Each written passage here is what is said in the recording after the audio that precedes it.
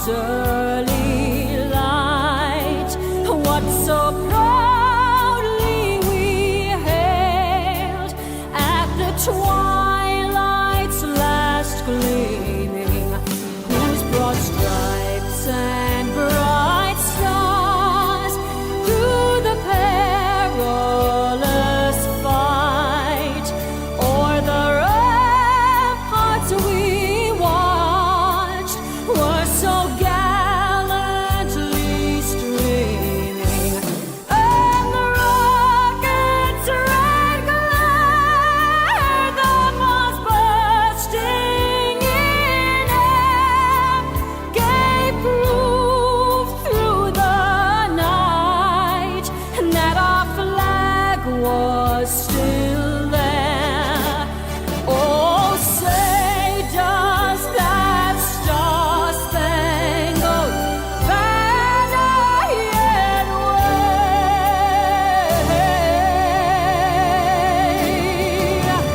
o'er the land of the free and the home of the brave?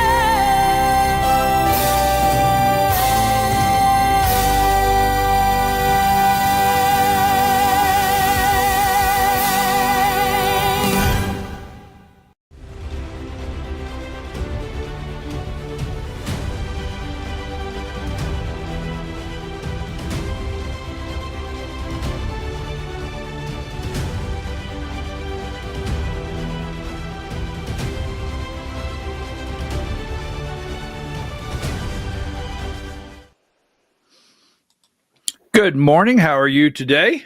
I hope you're doing well. I am your host, BKP. You're watching BKP Politics on voiceofruralamerica.com. Diane, I hope you're warm. It's cold. I don't know what the actual temperature is outside, but it was said to be 24 degrees where I'm at this morning.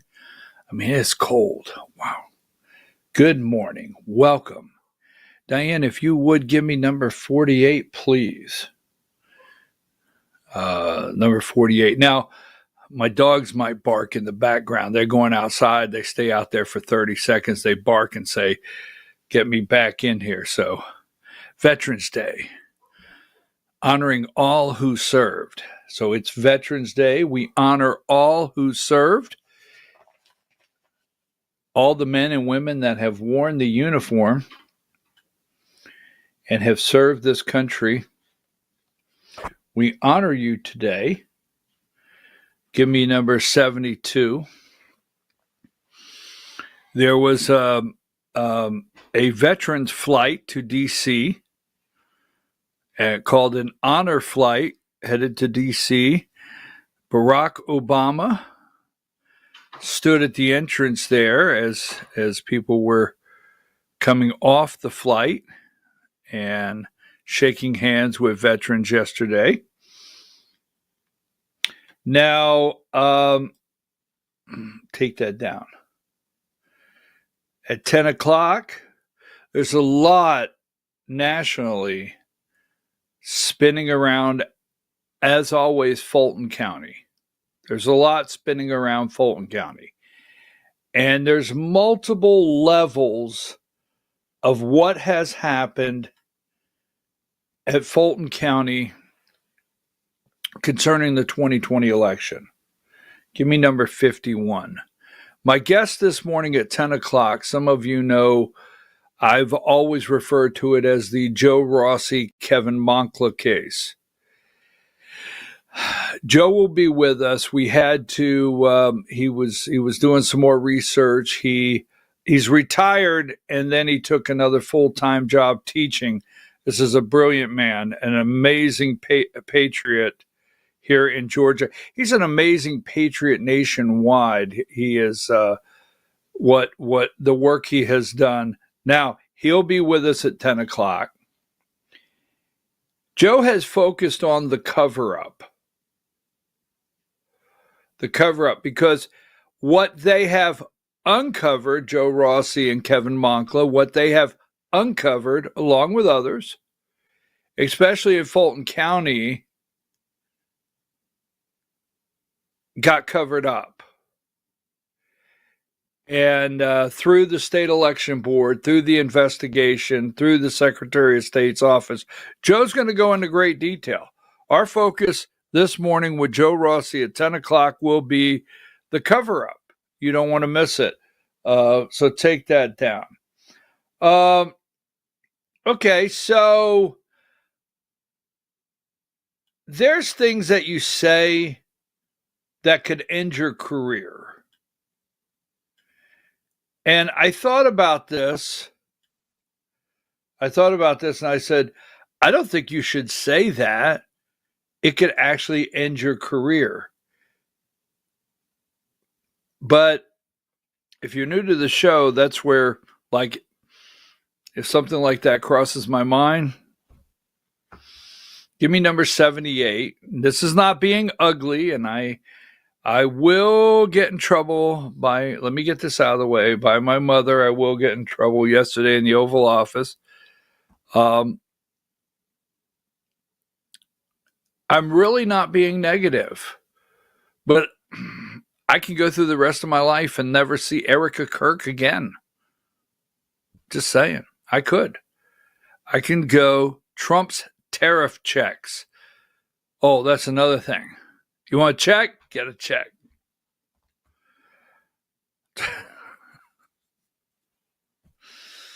Americans did like those checks. You liked those COVID checks, didn't you? $6 trillion printed out, right? Inflation. But I thought if this was going to end my career, I might as well do it at 8:05 this morning. If I can go through the rest of my life, I don't need to see Erica Kirk anymore. Okay, take that down. I know. Get a check. Now, the President of the United States, number 39, had a terrorist in the White House. I mean, the CIA flips a switch. One day you're working for us and with us. The next day you're a terrorist. The next day you're in the White House with the President of the United States standing next to the Resolute desk taking a picture. It was an honor to spend time with the Syrian president of Syria, where we decided all of the atrocities, right, of peace in the Middle East, right? Is that what that says? I have my glasses on. Everyone is talking about the great miracle that is taking place in the Middle East. Having a stable and successful Syria is very important.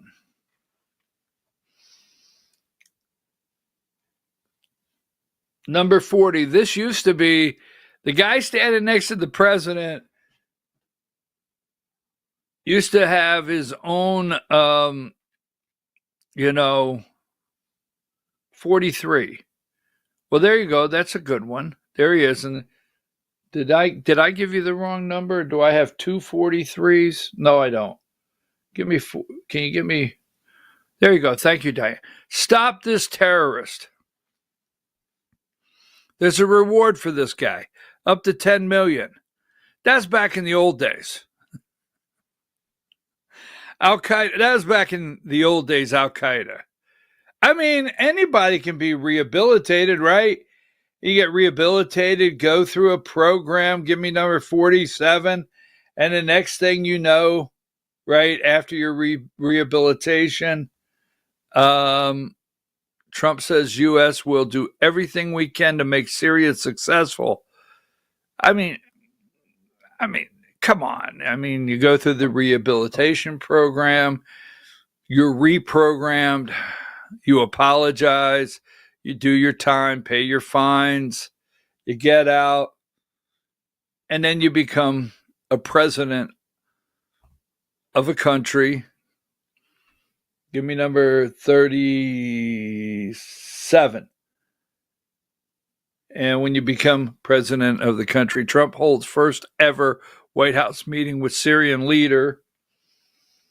Give me number 40. Now, I know I got a phone call last night by I consider a top national grassroots activist. I was on the phone last night with someone I consider not a someone that is getting paid to carry a narrative. And so I was on the phone last night. We were discussing MTG among some other things, where the base is with all the noise out there, all the noise, right? Nick Fuentes, Tucker Carlson, Candace Owens, Laura Loomer, just Steve Bannon may go to jail. I've always asked the question, would he be going back to jail or to jail? I never get anybody to go on that one. And but the list goes on, right? And we were talking last night, and I know people are mad at MTG, but I have to tell you, I'm gonna say this, and I think I don't know if I've earned it. I don't know if that's the proper way to say it, because I do have a platform here. Growing up in this great country, knowing farmers, right? Knowing truck drivers. My uncle's a truck driver. One of my friends I grew up with, truck drivers, some truck drivers. My uncle owned a trucking company. List goes on. Knowing truck drivers, the people that are pulling the loads across this country, those 18-wheelers, delivery trucks, the men and women that are climbing up in those this morning, factory workers, farmers, construction workers, just pretty much being in tune with America. I'm about tired of the Oval Office having foreign leaders rotate through there on a daily basis. Now, I am not, I'm not an idiot. I understand we have to work on foreign policy. I get that. I get that we have to strategically be sound in all the right places around the world. I get that. I don't see anything wrong with that. But it's like every day, let someone mention to President Trump. Give me video 14. It was a con job. It was a con job. Affordability, they call it, was a con job by the Democrats. The Democrats are good at a few things: cheating on elections and conning people with facts that aren't true. They said, "Oh, I don't want to talk about affordability." The reason I don't want to talk about affordability is because everybody knows that it's far less expensive under Trump than it was under sleepy Joe Biden, and the prices are way down. As President Trump on Friday calling the Democratic Party's focus on affordability a, quote, con job after Democrats swept last week. Just saying. Just saying. And I mean, say one word, give me number 40. Now we have to see Zelensky in there. We have to see the guy from Syria. Every single day we've got the guy from NATO's over there all the time. The guy from Africa just the other day. I'd like to see the Oval Office. I have to tell you, I'm America first. And I will tell you, he won the election because people were, we're going to get to the past tense now, don't lose it on me. People were they were okay with Make America Great Again. They understand that. They, my age, even a little younger, they're okay with that. And they like America first. They like that. It's about time, America first. They watched Biden let 30 million people cross the border illegally. So I know the disaster that was handed to President Trump. I do. I still support him today. I have my pin on. I have my watch. I'm not turning on my president. But I will say this, very controversial. You have to remember, if you don't know me, I was actually the first vice chair of the Georgia Republican Party and Marjorie Taylor Greene. I am the first state officer in Georgia Republican Party history, the first vice chair next to the chair of the party that was removed. I was removed from office. And Marjorie Taylor Greene led the way because I did not accept Kevin McCarthy. I mean, I will always look at you and tell you the truth. Doesn't matter where it comes from. I mean, if there's a little truth that comes from MTG, anyone, I'm going to bring it here. But Kevin McCarthy, I was not okay with the omnibus bill. I was not. I was not okay with supporting Kevin McCarthy, and Marjorie Taylor Greene did. And then when Marjorie Taylor Greene supported Kevin McCarthy, she came back to her own hometown, and I was invited to her town hall. Up to that point, I was always invited to MTG's town halls. Always. I mean, personally, from her staff, hey, Marjorie wants to make sure you're going to be there tonight. I was the only one that was considered media that in the back of the room, I raised my hand, and she would actually highlight with other media people in the room and say, that's the only guy in this room I'll take a question from. Stuff like that. Back in the day when, you know, The View, she wasn't on The View back then. So I went to that town hall, and Marjorie, excuse my language, Marjorie said how many times that night that, you know, they were served an SHI asterisk sandwich. And she told them if she was going to have to eat a asterisk sandwich there, she wanted dessert, blah, blah, blah. And we walked out of there that night like, oh, God, that was terrible. So I came on this program the very next day, and I said, I'm done with Marjorie Taylor Greene. I'm finished. I'm through with her. She no longer has my support. I've lost it. I don't want, I want appropriations bills. I don't want Kevin McCarthy. I don't trust Kevin McCarthy.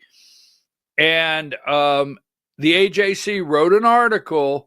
That said, top Republican Party official in Georgia says he's done with MTG.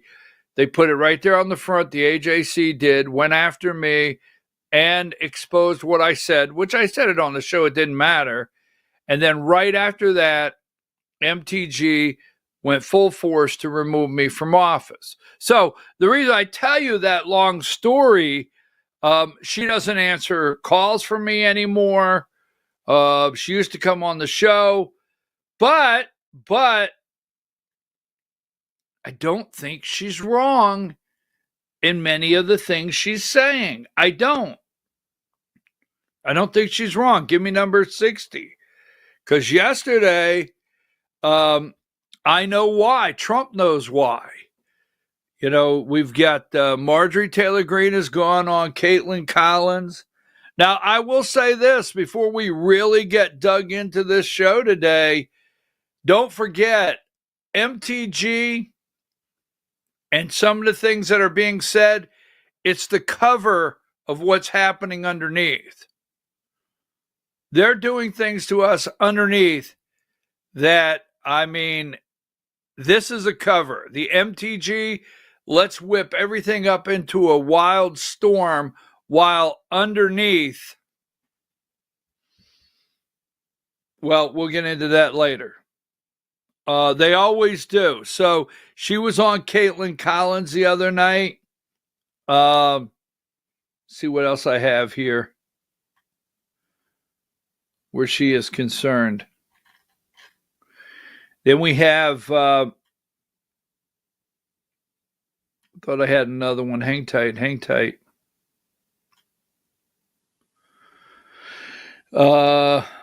Just 1 minute, please. Just 1 minute, please. Maybe I didn't put it up there, Diane, but yeah, give me 69.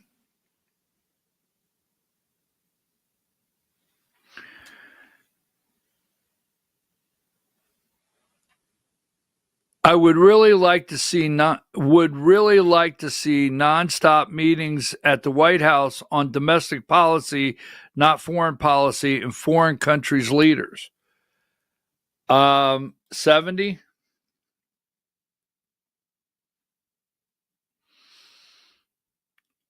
Representative Marjorie Taylor Greene has lost her way. Now, I said this yesterday. Keep in mind, I forget his last name. His name is Brian, right? America First Broadcasting or whoever they are. Brian is Marjorie Taylor Greene's boyfriend. I've said this. He is in the Oval Office press corps. He gets in the Oval Office and he gets questions and he gets acknowledged by Trump. I think if Trump was truly as angry with Marjorie Taylor Greene as he says, he would kick Brian out of the Oval Office. I do. I don't think he'd leave him in the Oval Office. That's MTG's boyfriend. So give me video 10. I passed a great, big, beautiful bill, which is the biggest tax cuts in the history of our country. So when somebody like Marjorie Taylor Greene, who's now catering to the other side, I don't know what, I guess she's, got some kind of an act going, but I'm surprised at her. But when somebody like Marjorie goes over and starts making statements like that, it shows she doesn't know. I don't devote a lot of my time. Let me give you another example. China.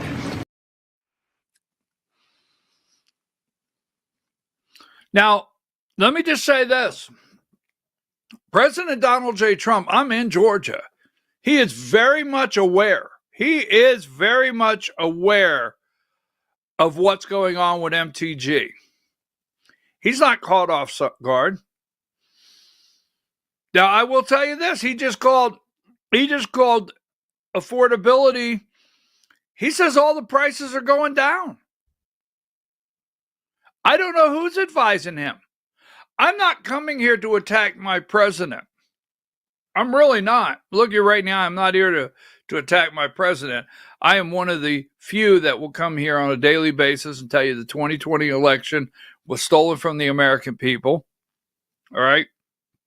I've never wavered with my support of this president, but it doesn't mean I'm going to go through his term and draw a blind eye if I think something has to be said. I mean, they're talking about give me 71. And I have to tell you, this is some of the solutions. Go from a 30-year to 50-year mortgage. Now, the guy Pulte, right? Bill Pulte, is that his name? He knows what's going on. He knows what's happening. He knows they're building enormous projects every day and selling them to investment groups that are turning around and renting to the American people. He knows that, if you want to use the word affordable housing, right? That's the word. Or housing that, two young adults. I have to tell you, married 4 children, married 3 children, married 2 children, thing of the past. I think we're getting ready to step into, before long, married 1 child. I mean, a novelty, right? A child. Just to say, hey, I think we can do this. I don't know.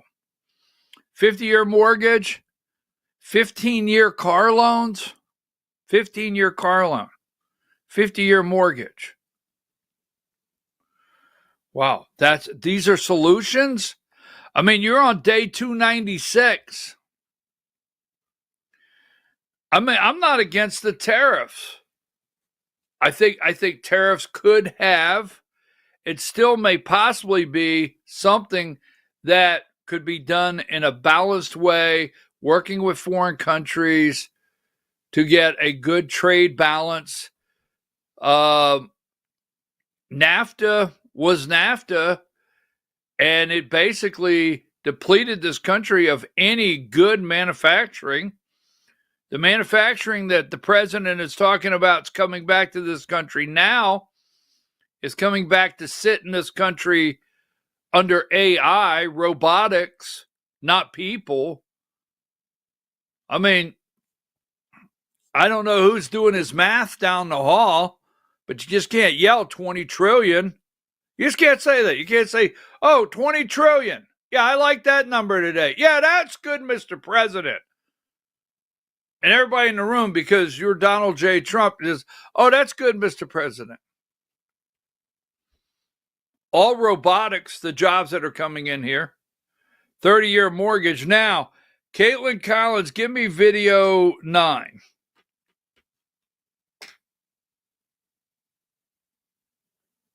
Marjorie Taylor Greene, who is a big ally of yours, said that she would rather see you focused on nonstop domestic policy meetings here at the White House instead of nonstop foreign policy meetings. What's your response to her saying that, and also saying that grocery prices are up and not down, as you've said? Yeah, so I don't know what happened to Marjorie. She's a nice woman, but I don't know what happened. She's lost her way, I think. But I have to view the presidency as a worldwide situation, not locally. I mean, we could have a world that's on fire where wars come to our shores very easily if you had a bad president. We had a horrible president, and we ended up with Russia, Ukraine, and we ended up with other disasters, too. Don't forget, I put out 8 wars, 9 to come. I think I'll get the other one taken care of, but I put out 8 wars. And look at the damage that Russia, Ukraine has done to us as a country. I mean, we spent $350 billion. We're not spending any money anymore. Now they pay us through NATO. So let me say this to offend. Here's what I want you to do. I want you to listen to that and don't get mad at me. You can choose to get mad at me. I always challenge people with this. I want you to listen to that right there. 9 wars. Okay, that's great. 9 wars. And I want you to go down to the grocery store this afternoon and go in there, and you will find, I don't know where you live, but you will find that mother pushing a buggy with 2 kids, or husband and wife pushing a buggy. Excuse me. And they don't give a shit about those 9 wars. They don't. Now, we don't want those wars to come on our shore, and we don't want those wars to develop into something. But you got to remember, the wars that our kids went to, we developed those wars. We developed those wars. Wars that have developed without anything to do with us, we've not been involved in. We were not involved in the Cambodia. Is it Cambodia, Thailand? Is that their border dispute? We weren't involved in that. We're only involved in the ones we develop. Are you saying that Russia, Ukraine, we developed it? Oh, hell yeah, we did. Afghanistan, Iraq, we developed those wars. Those are the ones we developed. So my point is, you don't have to get mad at me. Don't get mad at those people there. Go down to the grocery store. Car payment. Well, it's their own fault they bought 2 cars they couldn't afford. Okay, all right. Car payments. School loans. Well, it's their fault that they entered into these school loans, not realizing or, taking it serious that they had to pay them. Okay, all right, fine. Homeowners insurance, rent, whatever it may be, maintenance on their vehicles. mortgage, the price of sending kids to school, the groceries are up, regardless if you like it or not. An average of 3%, meaning some things might be up 1%, some things might be up 6%. But the balance out is 3%. That's over and above Biden. And I will tell you this coming from me. And I never get on here and tell you how to feel, what you should think, or what you should say. But I know Biden was installed. And I don't even know if Biden was real. Right? I know that. But I do know this, 2021, 2, 3, and basically 24, they're gone. They're gone. They were a part of my life that they're back there. I don't need to hear Sleepy Joe. I don't need to hear Biden couldn't do that. I don't need to hear any of that. Because let me ask you this. Let me ask you this. How can you tell me around the world, and I got to get out because, hey, I'm gonna be just point blank. I don't understand. I get it. I do not have, possibly, I guess, give me number 80. How around the world do they arrest their leaders or people they find? I mean, Sarkozy just got released from jail pending an appeal. Right? I guess he was taking money from Gaddafi in Libya to run his campaign. Wow, how much foreign money do we have? Sarkozy, look at the former president of South Korea. Look at the guy that they put in jail down there, they prosecuting in Brazil. How come the world, right or wrong, I don't know these cases, but how come the world can prosecute these damn people? How come over in the UK, they could strip Andrew of everything, kick him and Fergie to the street? How come? We have no one arrested. We have some subpoenas, right? We have a couple subpoenas. We have no one arrested. We have a couple indictments. How come? You can't tell someone everything's okay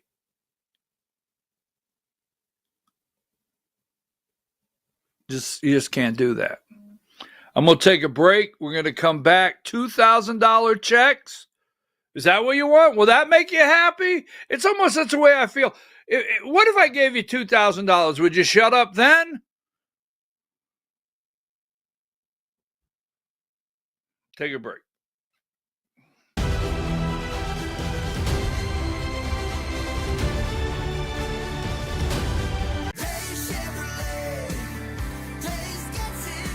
At Days Chevrolet in Jasper, it's last call. Your last chance to save $11,500 off Silverado 1500 and $9,000 off Silverado 2500 crew cabs. Don't miss this last call and save $11,500 off Silverado 1500 and $9,000 off Silverado 2500 crew cabs at Days Chevrolet in Jasper. Days Chevrolet. Days gets it done. Together, let's drive. Larry's Body Shop in Ellijay. Family owned and operated since 1978. The latest in cutting-edge digital technology and state-of-the-art equipment allow our iCar Gold Class certified technicians to restore your vehicle. Our second-to-none customer service will work directly with your insurance company. Major accident or minor fender bender, we take the dents out of accidents. Larry's Body Shop, North Georgia's #1 body shop. Visit us at collisiondecision.com. Why give your money to liberal media companies? Put your marketing needs in the hands of a conservative marketing professional and start getting results today. FYN Media Group, one of the top digital marketing agencies in Georgia, specializes in website design and hosting, social media promotion and management, and so much more. Visit FYNmediagroup.com or call 706-889-3564 for a free consultation. Welcome to El Rey Azteca Mexican Restaurant. We invite you to indulge your senses with our from-scratch authentic Mexican food. Whether you are hungry for fajitas or the El Rey Azteca burrito, we offer a wide variety of fine Mexican dishes, drinks, and desserts. Our inviting patio, indoor seating, and bar has a seat for everyone. So come to El Rey Azteca for delicious food, great drinks, good friends, and loads of fun in a casual and friendly atmosphere. Ladies, when you wear elegant jewelry, you become a force to be reckoned with. You shine brighter than the stars in the sky, and your inner beauty radiates like the sun. So embrace the magic, embrace the elegance, and let your jewelry be a reflection of your true, authentic self. My friends over at North Georgia Diamond know what a woman wants. Go see them for the perfect gift. And remember, when it comes to elegance, there's no such thing as too much. Come see us at North Georgia Diamond. We're igniting passion one sparkle at a time.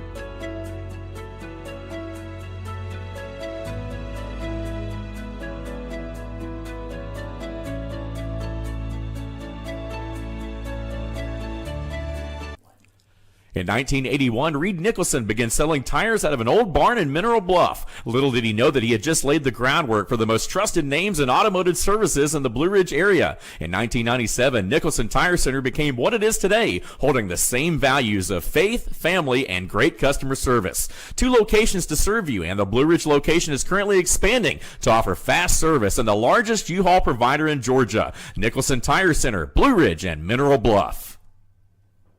This is a special report. Knowing how to invest your money is harder than ever before. Dealing with stock market volatility, record debt, and terrorist attacks requires new thinking. At U.S. Asset Management, we can help you see the world more clearly so that you can move beyond the chaos and invest with confidence. Call us, visit us online, or drop by our office. U.S. Asset Management, helping you make better decisions with your money. Mesquite Grill, now offering online ordering for your convenience. Check out our new website at mesquitegrillbr.com. That's mesquitegrillbr.com. The great food and service you have come to expect, ready for you when you arrive. Open 7 days a week with a fully stocked bar and friendly service. Bring your furry friends with you and dine on our pet-friendly patio. Also, check out our catering options and let us prepare delicious food for your next event.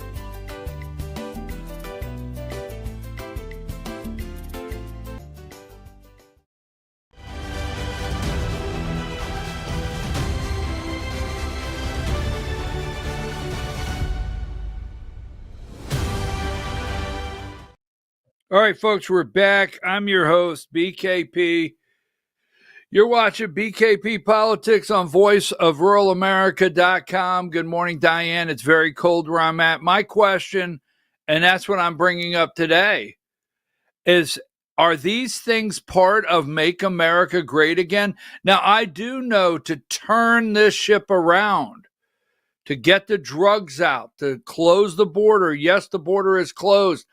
To eradicate the cartels. I know it's a steep climb, but all of these foreign leaders in and out of the White House and the amount of time that's been put into foreign policy, which I respect a lot of foreign policy needing to be done. But is this, that's my question to you, is this part of Make America Great Again? Is it truly? Now, he says, I don't know. President Donald Trump says, I don't know what happened to Marjorie Taylor Greene. I'm going to look at you right in the eye and say, yes, he does. He knows exactly what happened. Marjorie Taylor Greene wanted that endorsement. And not liking or supporting or backing Marjorie Taylor Greene, as I look you in the eye and you know that, from that standpoint, she deserves the endorsement much more than our lieutenant governor in Georgia, Burt Jones. And if she wanted to run for U.S. Senate, if she can win or not, I don't know, but she deserves the endorsement. President Trump has teams around the country in every state set up to validate endorsements. And there's bad ones that are made. So he knows exactly what happened to Marjorie Taylor Greene, and he knows you cannot continue. Give me 78. Now, if there's a long-term plan, if you're a long-term plan or you're reacting, now I say that. There's people reacting. Trump's tariff checks. All right. 77. Trump floats.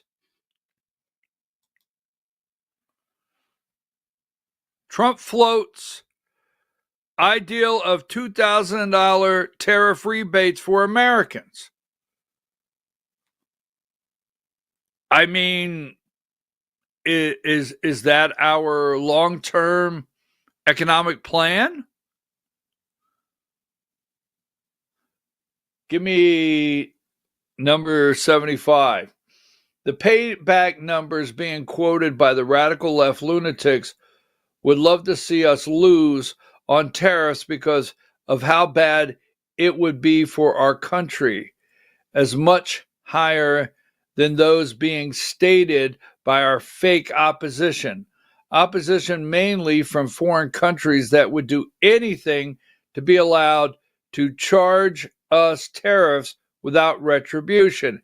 The actual number we would have to pay back in tariff revenue and investment would be in excess of $2 trillion. Now, go back to 76. Folks, the investment, $20 trillion investment.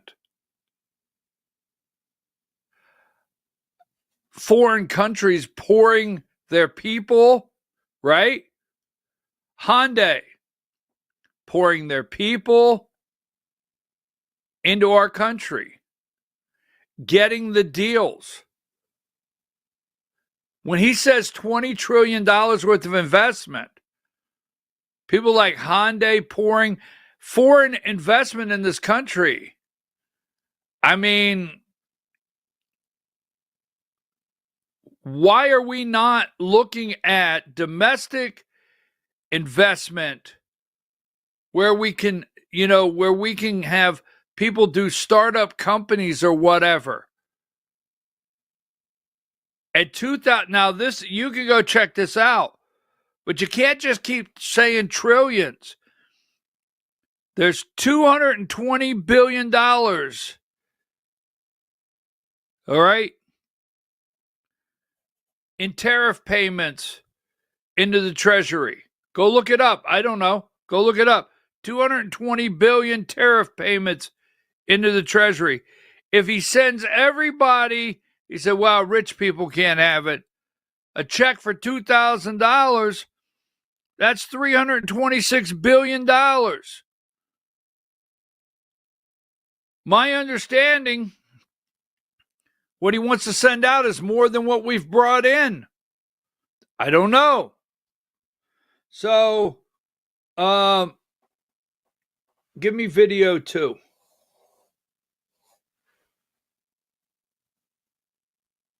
Doesn't it show us that we're too dependent on China? It's not just on rare earths, sir. We're dependent on them for still pharmaceuticals, still key industrial components. The Journal did a huge piece, and they're fairly pro-China, but a very it's all coming extensive back, piece. Laura, because of tariffs.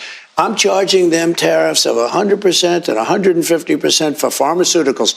What's happening? The pharmaceutical companies are all back here building plants right now.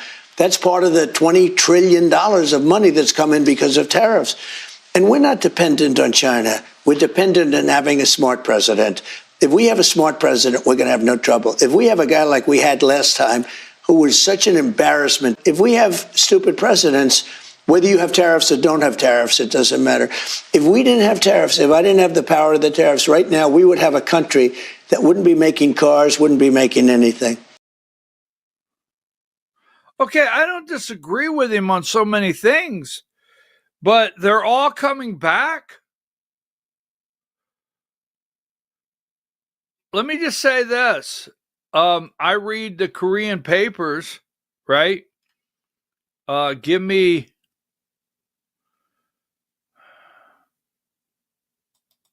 $44. Hyundai basically owns Georgia. Georgia is a colony of South Korea. Hyundai Motor on edge as Korea U.S. tariffs stall, right? 46. I'm going to jump back to 45, right? Here's the Korean Times.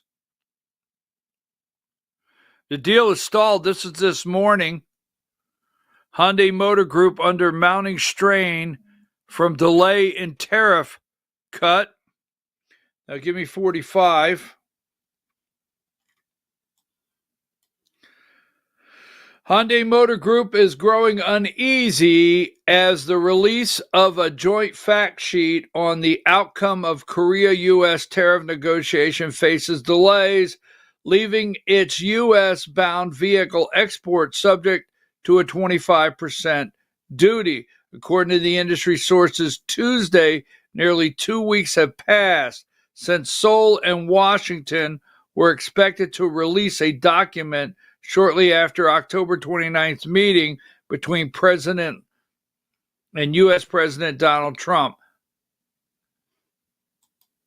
There's a lot going on here now.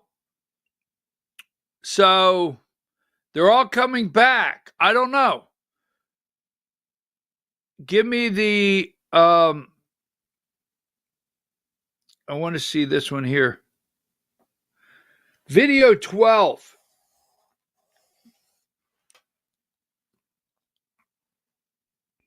So if that were ever reversed, it would be a disaster. Frankly, it would be a national security problem for our country.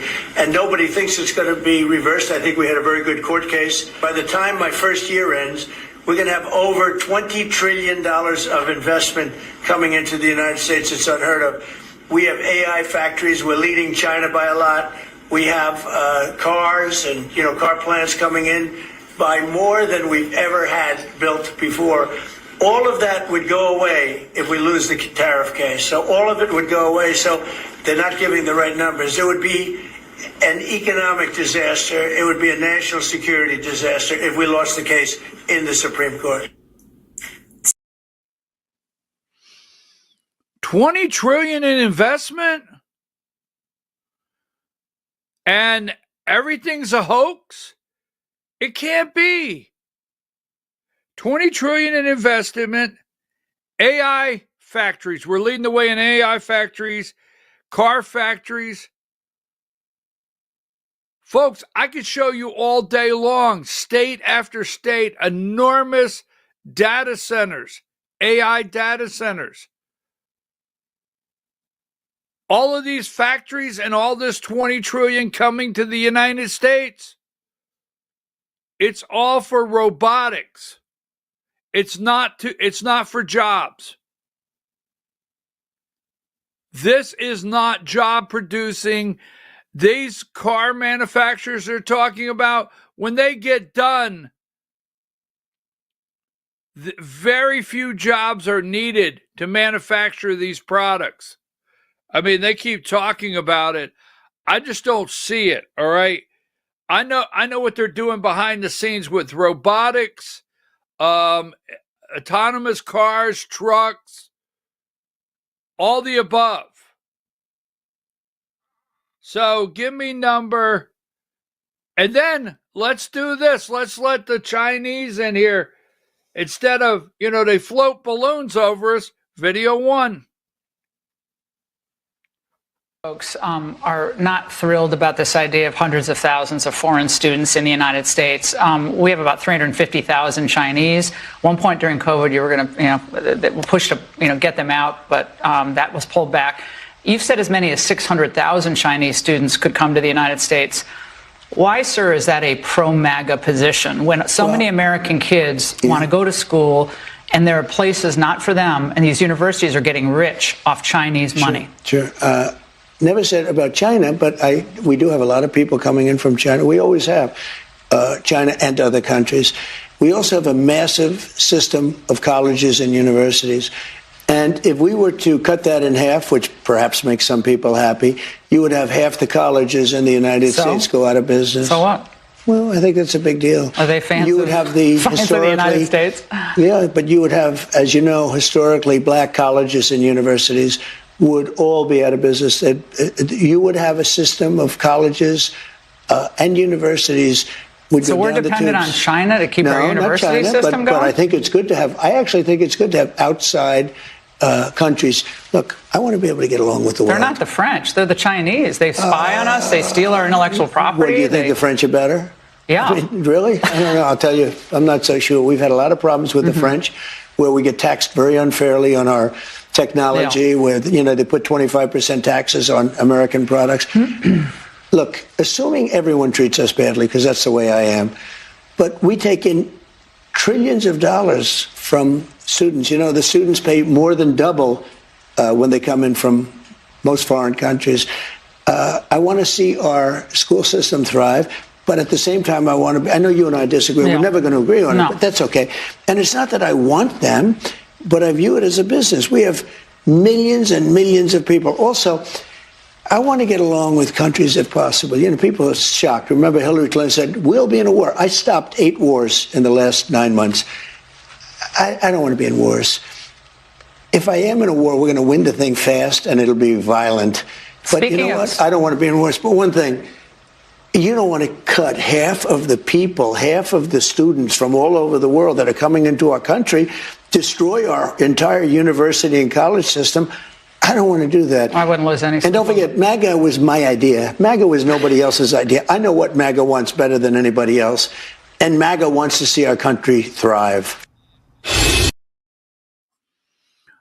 What the hell is he talking about? What the hell is he saying? What?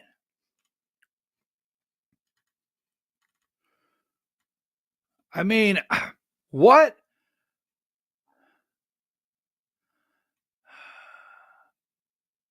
Give me 68.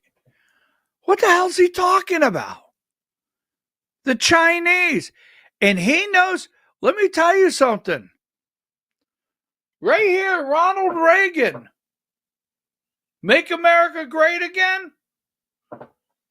He created Make America Great Again? He knows what MAGA wants? He knows?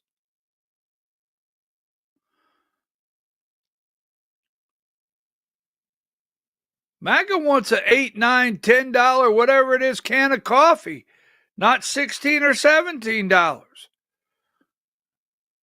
I understand that's not the end all. You know, I mean, what the hell did he just say? Even Laura Ingraham at Fox didn't buy it.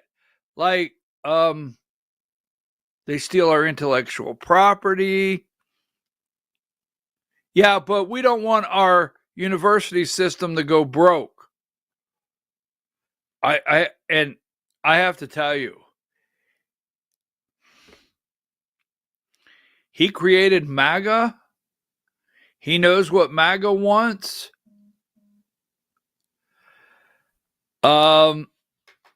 What's the long-term plan? I know it's only day 296, and I can't say enough, but 600,000 Chinese students?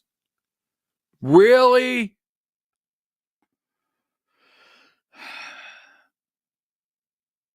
I don't know. I don't know. And if you wanted the money to go, well, give me the 50-year mortgage. I want that one, video 4, before we take a break. To the question, though, because your housing director has proposed something that has enraged your MAGA friends, which is this 50-year mortgage idea. So a significant MAGA backlash, calling it a giveaway to the banks and simply prolonging the time it would take for Americans to own a home outright. Is that really a good idea? It's not even a big deal. I mean, you know, you go from 40 to 50 years, and what it means is 50, you pay something less from 30. That some people had a 40, and then now they have a 50. All it means is you pay less per month. You pay it over a longer period of time. It's not like a big factor. It might help a little bit. But the problem was that Biden did this. He increased the interest rates, and I have a lousy Fed person who's going to be gone in a few months, fortunately. I have a guy too late, you know, Jerome Powell, we call him too late. He was too late in everything, except when it came to before the, you know, the so-called Democrat election, which didn't work. But we're going to get interest rates down. But even with interest rates up, the economy is the strongest it's ever been. You know, you asked me, just to go back to the beginning of your question, you talked about prices. We're down on energy. We're down on interest rate. You know, interest rates are down despite the Fed. Now, if we had a normal person at the Fed, would have really low interest rates, and we will soon have that. We'll have some 50-year mortgages. I mean, I get Jerome Powell. Listen, I'm going to tell you something. I get that when Trump got up there, John Thune, right? John Thune, Lindsey Graham, I get over there on the Republican side of the house, I get they were backslapping the hell out of Trump. He's at 296, day 296. When he first got there, they were backslapping the hell out of Trump. Oh, yes, Mr. President, right? I get that. I get that they looked over on the Senate and the House as though we're behind you 100%. I get that. I never trusted any of them one day. I get Jerome Powell knows he could put the screws to Trump and put the screws to Federal Reserve. But this is your plan? 50-year mortgages? Give everybody a check? I mean, more dependence on the government? Let's take a break. We'll come back. Laura Ingraham didn't even buy that. Our university system will collapse. Why does everything in this country revolve around the world propping us up, or we will collapse all the time? Take a break.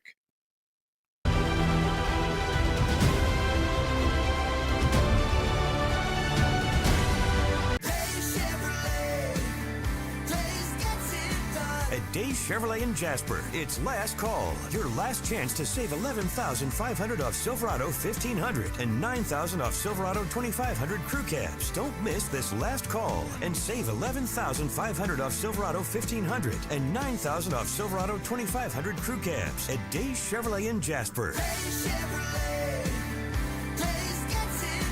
Together, let's drive. Larry's Body Shop in Ellijay. Family owned and operated since 1978. The latest in cutting edge digital technology and state of the art equipment allow our iCard Gold Class certified technicians to restore your vehicle. Our second to none customer service will work directly with your insurance company. Major accident or minor fender bender, we take the dents out of accidents. Larry's Body Shop, North Georgia's #1 body shop. Visit us at collisiondecision.com. Why give your money to liberal media companies? Put your marketing needs in the hands of a conservative marketing professional and start getting results today.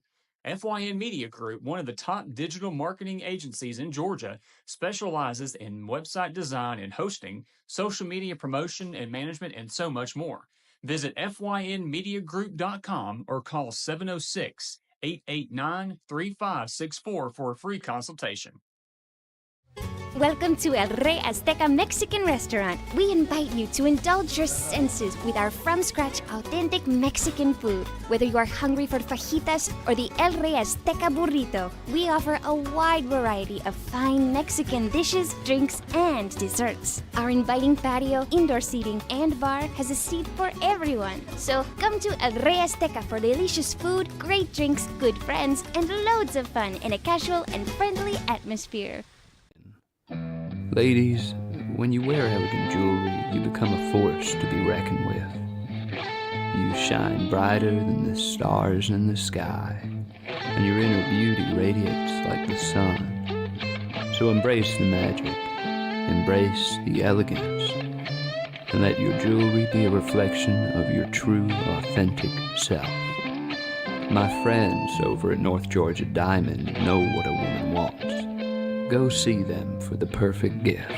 And remember, when it comes to elegance, there's no such thing as too much. Come see us at North Georgia Diamond. We're igniting passion one sparkle at a time.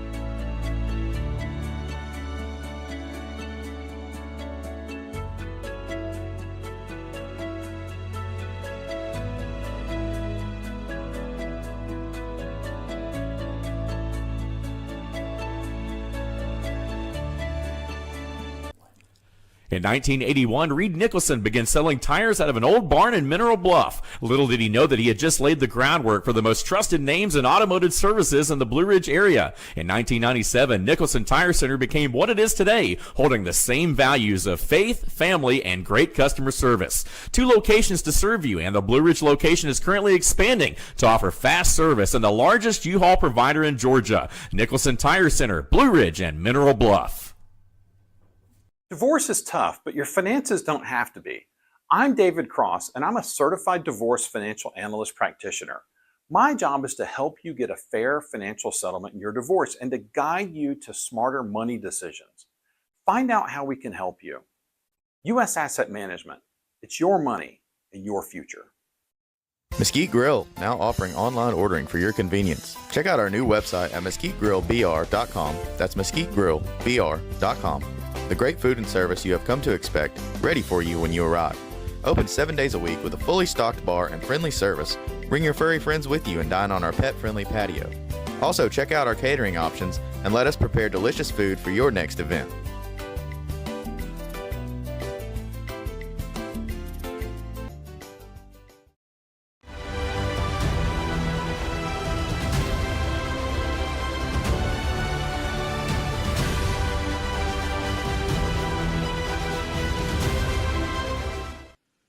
All right, folks, we're back. I'm your host, BKP. You're watching BKP Politics on voiceofruralamerica.com. It is cold outside where I'm at. Maybe not where you're at. Diane, can you check? I sent you a video. If you can get the video and load the video, I want to play the video. Now, I support my president, Donald J. Trump. I mean, I know I'm going to get all kinds of probably hate mail, but I do. But when he says, I created MAGA, I know what MAGA wants. Well, that one just frustrated me a little bit. And China, everything is coming in. The only way we can make it is to prop this country up from the world outside in. We can't do nothing inside. Our kids can't go to school. We can't get a grip on things. You know, people elected him to end the Department of Education, just end it. Elected him to end all this bureaucracy. Elected him to bring prices down, make things more affordable. Groups of people elected him to arrest the criminals around the country. Okay. Send that to you because sometimes, you know, I send videos to, I don't send them to the right place. I want to make sure Thanks to the economic policies of the Democratic Party, millions of Americans find themselves out of work. Millions more have never even had a fair chance to learn new skills, hold a decent job, or secure for themselves and their families. For those without job opportunities, we'll stimulate new opportunities, particularly in the inner cities where they live. For those who've abandoned hope, we'll restore hope and we'll welcome them into a great national crusade to make America great again. Thanks to the economic policies. Make America great again. I just had to throw that in. I had to do it.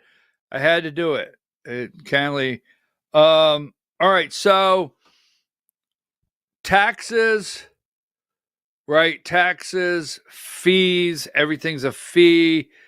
You get your cable bill, you have all the extra fees, your electric bill. Now, I do understand, and you do also, that the federal government and Donald J. Trump, you know, has no bearing on so many things that you pay that come from local government or whatever may be your state. But at the same time, it costs you to live, fees, right? Now, I know what happens. SNAP is fully funded. It's going to get fully funded, and you get aggravated that people are buying soda and chips and Little Debbie cakes or whatever. I know that. I get it. I don't disagree with you. I don't disagree with you.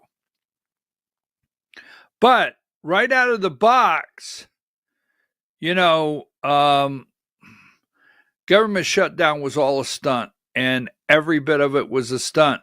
But whether it's the cost of buying tires, discarding the old tires, energy, like I said, electric bill, yes, gas is down. But give me this right here. I keep asking every single day, who's advising the president? And that's no joke. Video 8. I don't know if video 8 and 5 are the same, but we're going to go with video 8 first. But even with interest rates up, the economy is the strongest it's ever been. You asked me, just to go back to the beginning of your question, you talked about prices. We're down on energy. We're down on interest rate. Interest rates are down despite the Fed. Now, if we had a normal person at the Fed, would have really low interest rates, and we will soon have that. We'll have somebody that's... And why are people saying they're anxious about the economy? Why are they saying that? I don't know that they are saying. I think polls are fake. We have the greatest economy we've ever had. We will have over $20 trillion come into our economy, and it's largely because of my election, but it's also largely because of tariffs.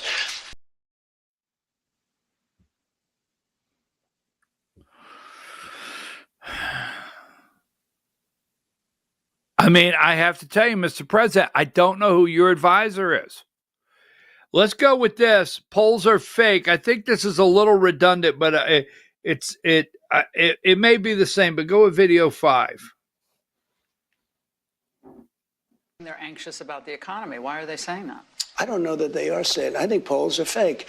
We have the greatest economy we've ever had. We will have over $20 trillion come into our economy, and it's largely because of my election, but it's also largely because of tariffs.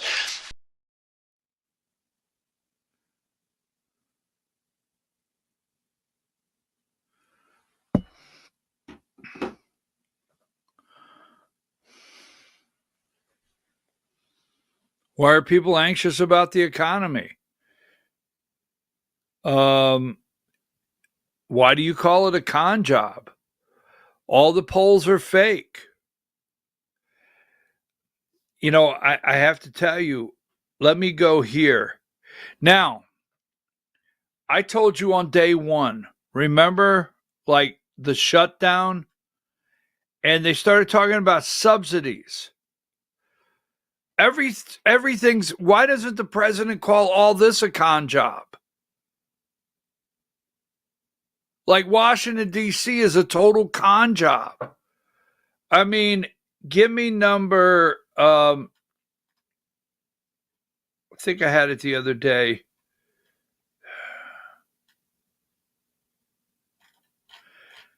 Give me just a second here. I thought I had the graph concerning insurance, and maybe I don't. But you remember we showed you the other day the cost and how much people were getting, insurance companies are getting from the subsidies. Now, you got to remember the shutdown all started because the Republicans had a 24-page clean CR to keep the ball rolling. Thank you so much, Diane. Right? And I said, how many weeks ago, if you're new to the show, weeks ago, how come the Democrats are making it sound like insurance is only going up in the ACA, Affordable Care Act? Everybody's insurance is going through the roof. The insurance companies, billions and billions of dollars, and they're investing it, stocks and bonds. Why not stop this right here? Quit saying pay the subsidies, expand it for another year. Stop saying that. And where is the Republican plan? Trump says, hey, let's send it to the people. Video 3. Well, I watched Obama from when this thing came about. As you know, I opposed it very strongly. Unfortunately, we had a couple of negative votes, which should never have happened. But I said it's going to be a disaster, and I was exactly right. The premiums have gone up like rocket ships, and I'm not just talking about recently. I'm talking about for years they've been going up. And he said premiums will go down. Everything will be wonderful. It's horrible health insurance at a very high price. And what I want, and probably what you're alluding to, is the fact that I want, instead of going to the insurance companies, I want the money to go into an account for people where the people buy their own health insurance. It's so good. The insurance will be better. It'll cost less.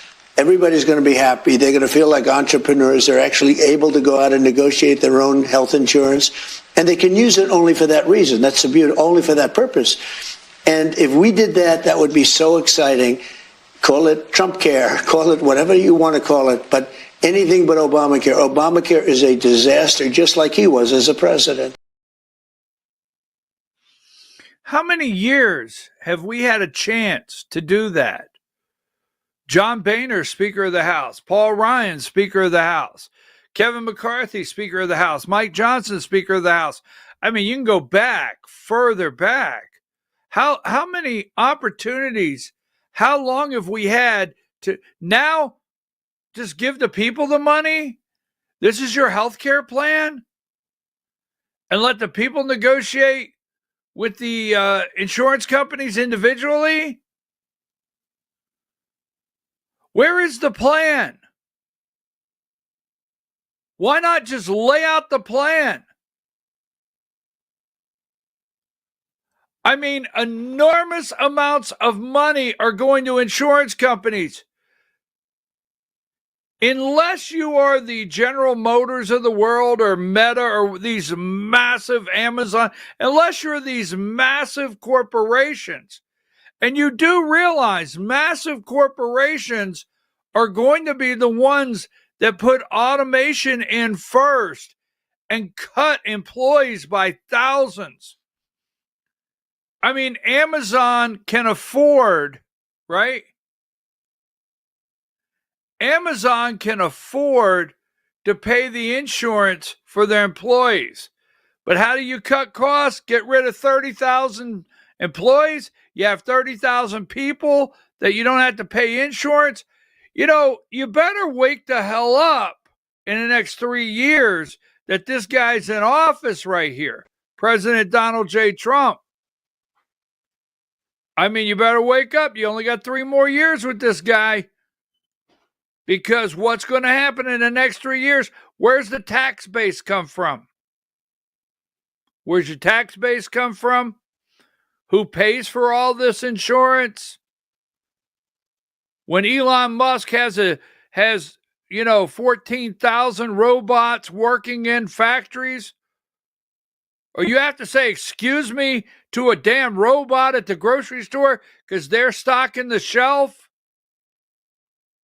You know, when you go to the grocery store, I want people to just wake the hell up because I don't know about you. I live in small town USA, all right? And I go to the grocery store and I go down the cheese aisle and I'm down there and I'm looking, and there's the guy or the lady that has everything, the box cutter, and they're stocking the shelf in there because they have the dairy section. And I say, hi, how are you today? I'm doing good. Are you finding everything? Yes, I am. I hope everything's going well. Yeah, it's been busy today. Right? Well, I'm for sure they're going to be able to program that damn robot so when I get down there, I can look at that damn robot and say, hey, how the hell are you today? Well, I'm doing great. When I get off, I'm going to go play pickleball. What the hell? You better wake the hell up. You better wake the hell up. Give it to the people. Yeah, just give them the money. Here, give them $2,000. Shut the hell up. Okay. I brought in $20 trillion. Why are you on my back? Okay. They're building factories everywhere. Why are you looking at me? Okay. I'll give you the money back for the insurance. Okay. Sounds like a plan. Look, I told you a long time ago, they are demagifying America. I told you that. I told you they're starting to walk away from Trump. You talk about Marjorie Taylor Greene. Every last one of them are starting to walk away from Trump slowly. John Thune and them have never truly supported the president. The big, beautiful bill. I get so damn tired of hearing big, beautiful bill. I want to know from you out there. What did it do for you? I mean, I'm serious. Do you have to wait till you file your taxes and you see? What did that bill really do for you? Or did it do more for Jeff? Jeff, you think all them damn people were sitting behind Trump, Jeff Bezos and Zuckerberg and all those people were sitting behind him? Because the big, beautiful bill was designed for you. I just wonder. I ask. That's all I'm asking. Okay? That's it. Now, let me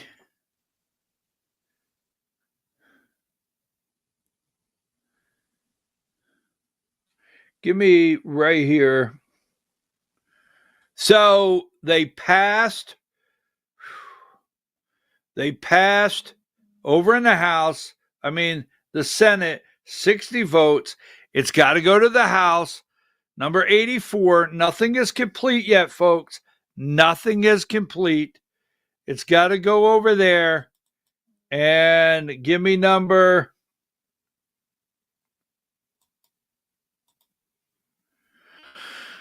It's going to the House now. Number 88. What's in the Senate deal? Funds the federal government through January.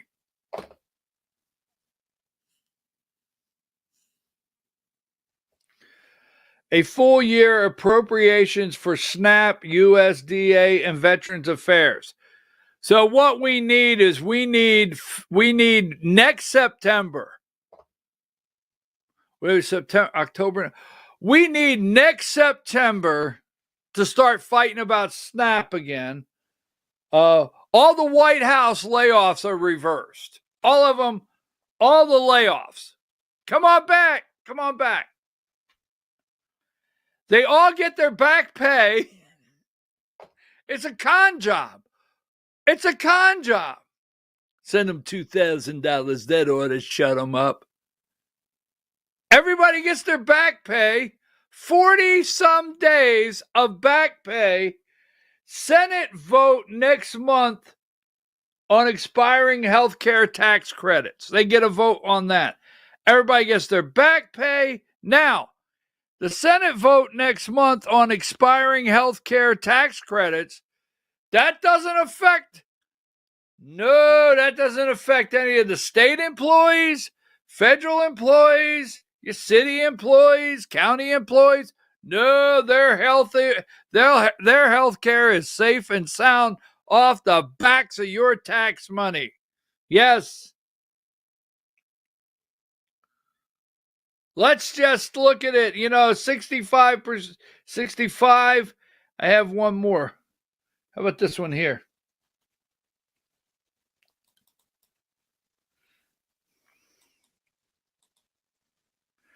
Write them a check. That ought to show them, shut them up. Right? Did I say 65? I don't know what that one is. There it is. ACA. Number 85.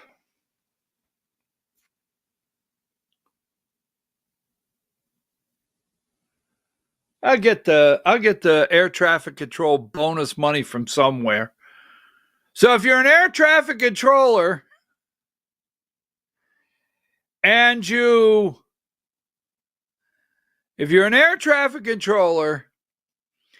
stayed on the job, thank you very much. Trump's going to send you a $10,000 bonus. Now you're going to get all your back pay. And you were getting your back pay all along. Every air traffic controller got their back pay, right? And I'm not saying it's not tough. But when you have those jobs and you have the golden golden health care and you have benefits and you have good pay. I mean, there's nothing like, well, we need to put that 90-day cushion somewhere.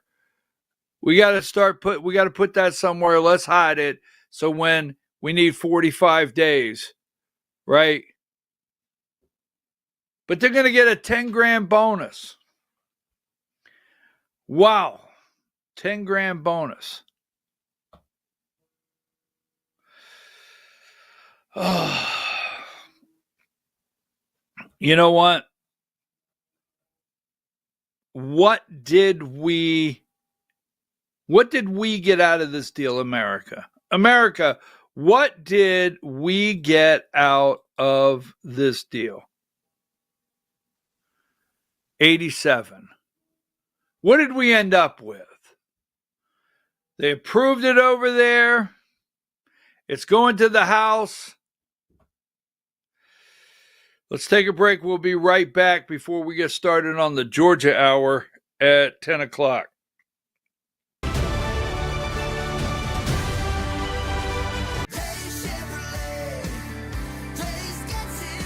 At Days Chevrolet in Jasper, we're proud because for more than 65 years, we've built a legacy of trust for the families we serve. That's why 80% of our business comes from repeat customers and referrals. When you treat folks as well as we do, word is bound to get around. Days Chevrolet in Jasper, family first since 1959. Days Chevrolet, Days gets it done. Together, let's drive.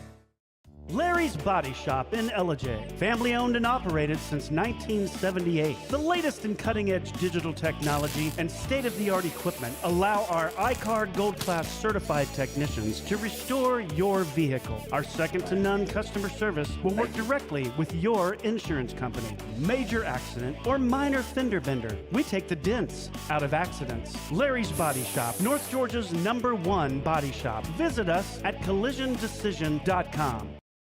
Why give your money to liberal media companies? Put your marketing needs in the hands of a conservative marketing professional and start getting results today. FYN Media Group, one of the top digital marketing agencies in Georgia, specializes in website design and hosting, social media promotion and management, and so much more. Visit FYNmediagroup.com or call 706-889-3564 for a free consultation. Welcome to El Rey Azteca Mexican Restaurant. We invite you to indulge your senses with our from-scratch authentic Mexican food. Whether you are hungry for fajitas or the El Rey Azteca burrito, we offer a wide variety of fine Mexican dishes, drinks, and desserts. Our inviting patio, indoor seating, and bar has a seat for everyone. So come to El Rey Azteca for delicious food, great drinks, good friends, and loads of fun in a casual and friendly atmosphere. Ladies, when you wear elegant jewelry, you become a force to be reckoned with. You shine brighter than the stars in the sky, and your inner beauty radiates like the sun. So embrace the magic, embrace the elegance, and let your jewelry be a reflection of your true, authentic self. My friends over at North Georgia Diamond know what a woman wants. Go see them for the perfect gift. And remember, when it comes to elegance, there's no such thing as too much. Come see us at North Georgia Diamond. We're igniting passion one sparkle at a time.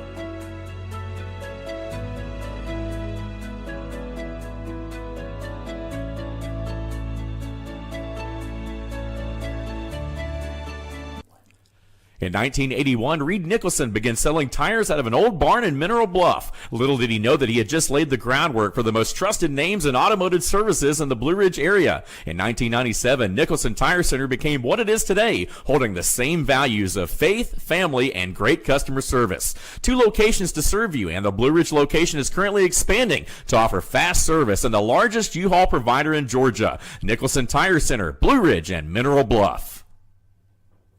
Big investment firms can lock out average people with their large account minimums. At U.S. Asset Management, we believe everyone should have access to experienced professional advice. And I have over 30 years of experience. Put us to work for you today. It's your money and your future. Build your retirement plan with U.S. Asset Management.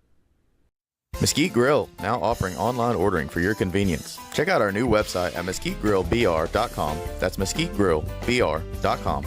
The great food and service you have come to expect, ready for you when you arrive. Open 7 days a week with a fully stocked bar and friendly service. Bring your furry friends with you and dine on our pet-friendly patio. Also, check out our catering options and let us prepare delicious food for your next event.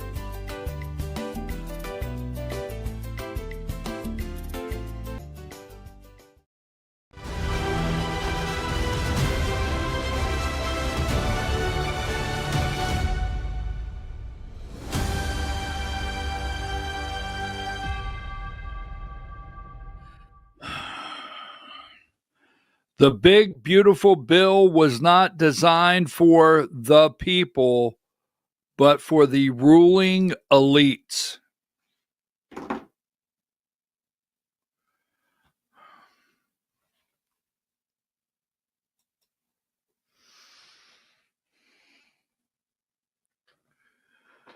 Good morning. I'm your host, BKP. You're watching BKP Politics on voiceofruralamerica.com. voiceofruralamerica.com.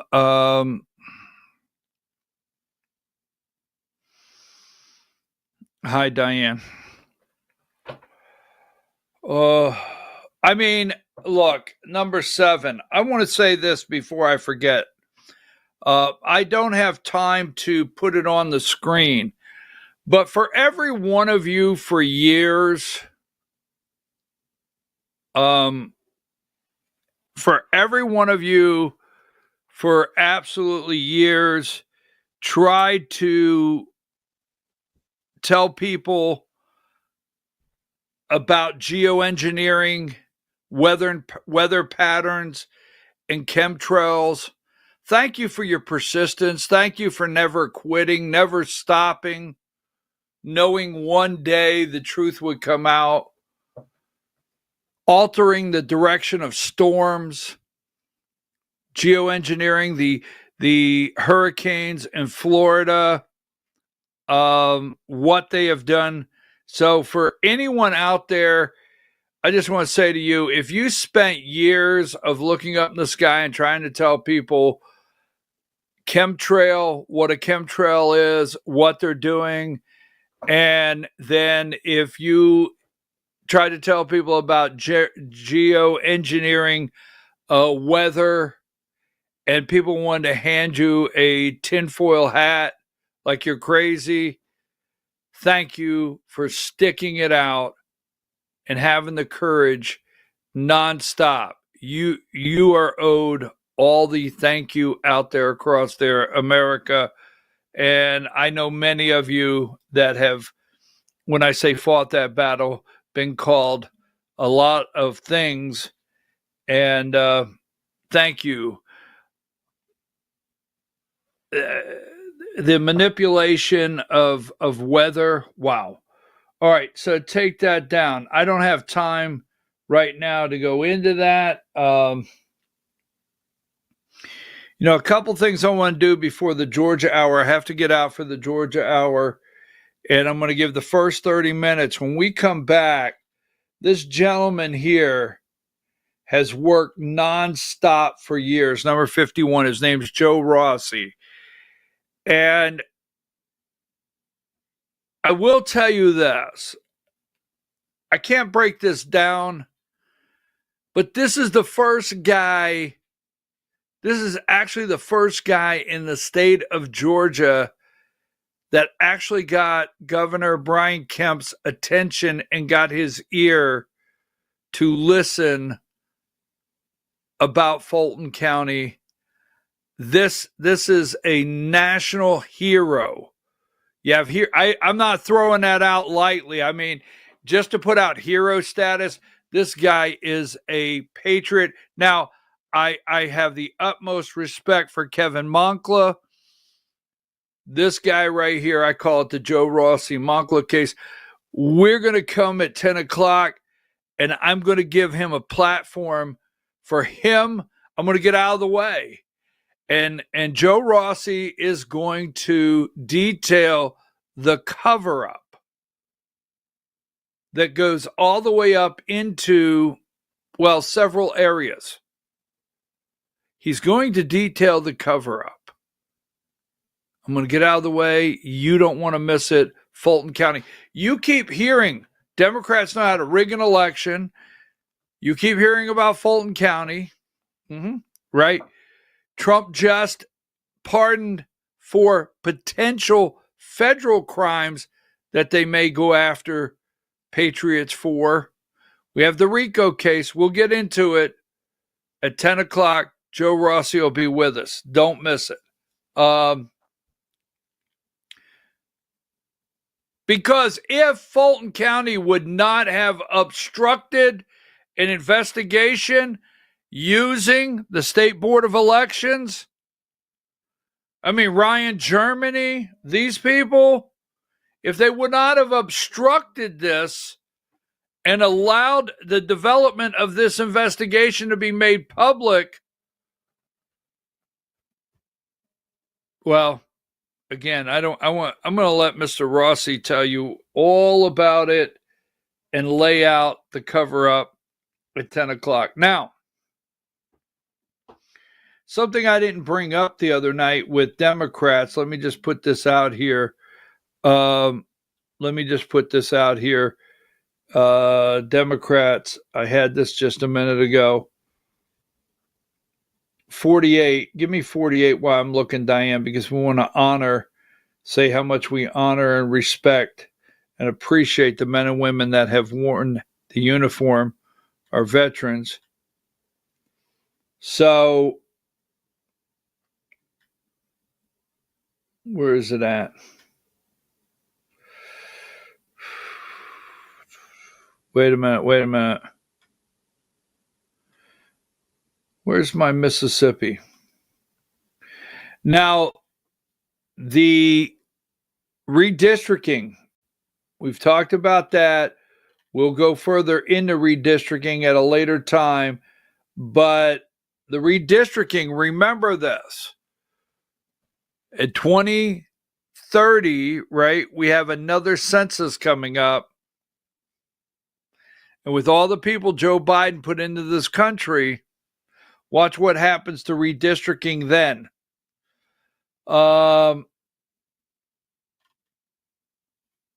11. This is a part of redistricting in Mississippi. Mississippi Democrats break Republican Senate majority. We are a battleground state, right?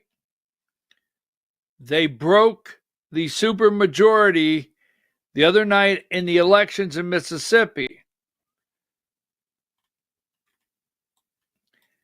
After 6 years, Mississippi Democrats have broken the Republican Party's supermajority in the Mississippi Senate. Voters elected Democrats to 2 seats previously held by Republicans, reducing the number of Republican senators in an upper chamber 36-34.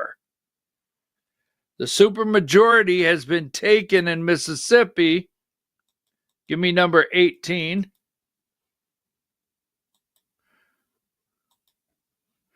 Democrats in Mississippi break the GOP State House supermajority. Tuesday's special election was forced by a court-ordered redistricting to offer black voters a chance for more representation in the state capitol. So this is a redistricting, the court redistrict, to give more representation to black voters in Mississippi. Now, my question to this, if this stands, what do we do across America? Because black voters are not the largest. What are we going to do? Are we going to draw lines around Hispanic communities? What are we going to do? Draw lines around other communities? That's what we're doing right now. Drawing lines around these communities. So that's something a lot of people don't talk about. I like this one here, number 9. I think states should start pushing back. I think counties that don't want to, in Virginia and Maryland, there's a resolution that's been put before the West Virginia State House to offer these counties in Western Virginia and Maryland to join West Virginia. Just saying. Let's see what else I have here that I don't want to forget.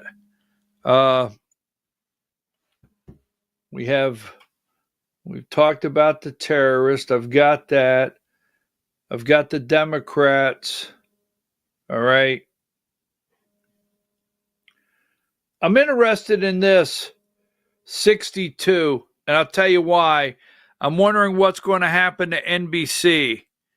There's a major shakeup in all the networks. CBS, we know that one. Friday, MSNBC will no longer be MSNBC. It will be MS Now. NBC, Steve Kornacki, NBC has taken all of their contract and employees out of MSNBC, going to leave them on their own nutcase, crazy as hell island. They're going to get their own island over here. They're not going to get any more anything they can get from NBC as far as Steve Kornacki. Other people on NBC will not participate in MS Now. That won't be MSNBC, it'll be MS Now. They're going to be on their own crazy ass fruitcake island Friday. But I wonder if they're doing this for the sale. Wonder when it will be sold and spun off. 86. Here is Gahava, right? Is that her name?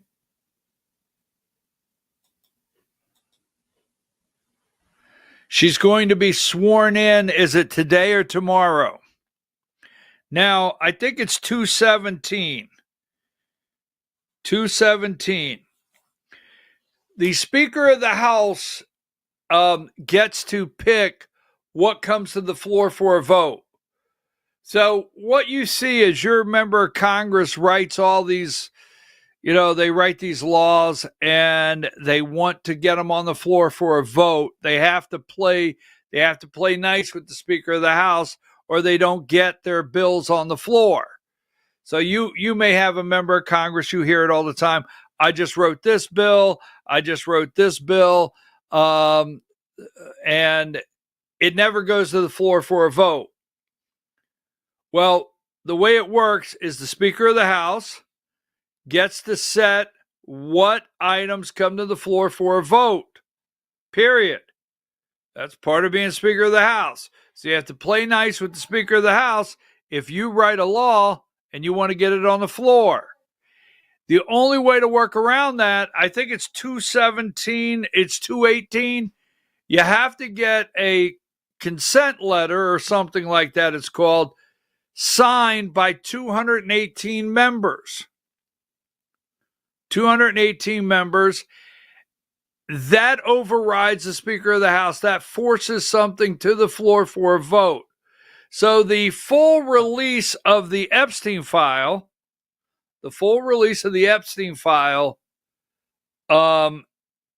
is going to require a floor vote, and she will be the final signature. I think they have 217 signatures now. When she's sworn in today or tomorrow and she signs, it'll force that request, that whatever they're doing, it'll force that to a vote on the floor. So we may know tomorrow. I don't know when they will schedule it. Okay. I don't know when they'll schedule it for a vote.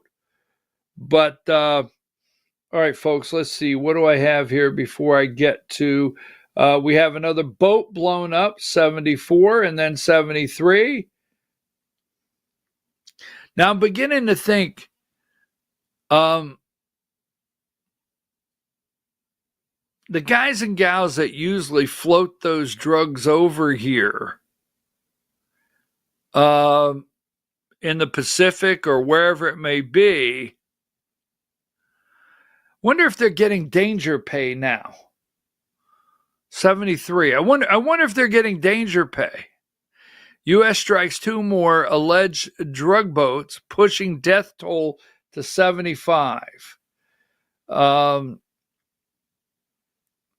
Here's an awkward question, because I got to get ready for the Georgia Hour, and I need a couple extra minutes, so I'm going to get out here soon and get ready for 10 o'clock. Number 63. Will you have a robot in your house? Will you have a robot in your house? I'm just asking. Will you have a robot in your house? When the $1 trillion man, Elon Musk, produces all these robots, what will you do? What will you do when you go to the store and you go down the aisle and there's a robot there and it speaks to you? Just saying, what happens when a robot turns and speaks to you in the aisle of a grocery store? I'm not joking around. I'm serious as can be. But you know what my biggest concern is? Always, every day. Number 59. You knew it before. Did they find the monkeys? And betting on the pitch, number 16. God rest Pete Rose's soul. Number 16. Betting on the pitch. Can't make it up. All right, folks, I'm your host, BKP. We're going to take a break. We're going to be right here at 10 o'clock, the Georgia Hour. We have to get ready. I got a couple things to do before 10, so I'm prepared. And we'll see you 10 o'clock on the dot for the Georgia Hour. Take us out of here for a minute.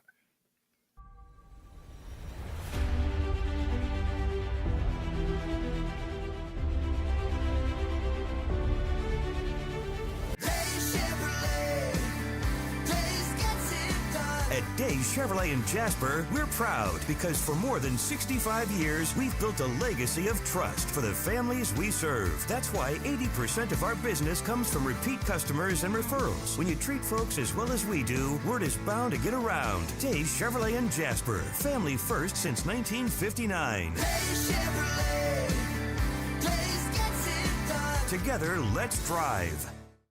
Larry's Body Shop in Ellijay. Family owned and operated since 1978. The latest in cutting-edge digital technology and state-of-the-art equipment allow our iCard Gold Class certified technicians to restore your vehicle. Our second-to-none customer service will work directly with your insurance company. Major accident or minor fender bender, we take the dents out of accidents. Larry's Body Shop, North Georgia's #1 body shop. Visit us at collisiondecision.com. Why give your money to liberal media companies? Put your marketing needs in the hands of a conservative marketing professional and start getting results today. FYN Media Group, one of the top digital marketing agencies in Georgia, specializes in website design and hosting, social media promotion and management, and so much more. Visit FYNmediagroup.com or call 706-889-3564 for a free consultation. Welcome to El Rey Azteca Mexican Restaurant. We invite you to indulge your senses with our from-scratch authentic Mexican food. Whether you are hungry for fajitas or the El Rey Azteca burrito, we offer a wide variety of fine Mexican dishes, drinks, and desserts. Our inviting patio, indoor seating, and bar has a seat for everyone. So come to El Rey Azteca for delicious food, great drinks, good friends, and loads of fun in a casual and friendly atmosphere. Ladies, when you wear elegant jewelry, you become a force to be reckoned with. You shine brighter than the stars in the sky, and your inner beauty radiates like the sun. So embrace the magic, embrace the elegance, and let your jewelry be a reflection of your true, authentic self. My friends over at North Georgia Diamond know what a woman wants. Go see them for the perfect gift. And remember, when it comes to elegance, there's no such thing as too much. Come see us at North Georgia Diamond. We're igniting passion one sparkle at a time.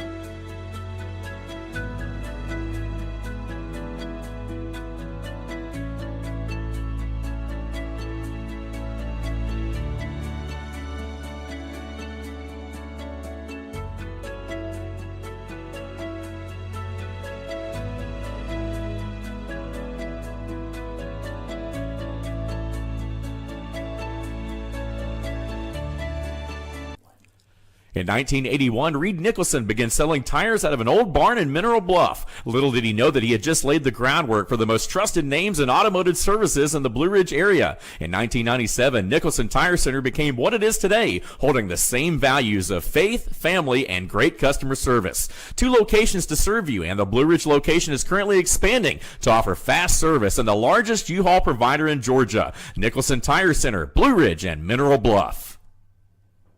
This is a special report. Knowing how to invest your money is harder than ever before. Dealing with stock market volatility, record debt, and terrorist attacks requires new thinking. At U.S. Asset Management, we can help you see the world more clearly so that you can move beyond the chaos and invest with confidence. Call us, visit us online, or drop by our office. U.S. Asset Management, helping you make better decisions with your money. Mesquite Grill, now offering online ordering for your convenience. Check out our new website at mesquitegrillbr.com. That's mesquitegrillbr.com. The great food and service you have come to expect, ready for you when you arrive. Open 7 days a week with a fully stocked bar and friendly service. Bring your furry friends with you and dine on our pet-friendly patio. Also, check out our catering options and let us prepare delicious food for your next event.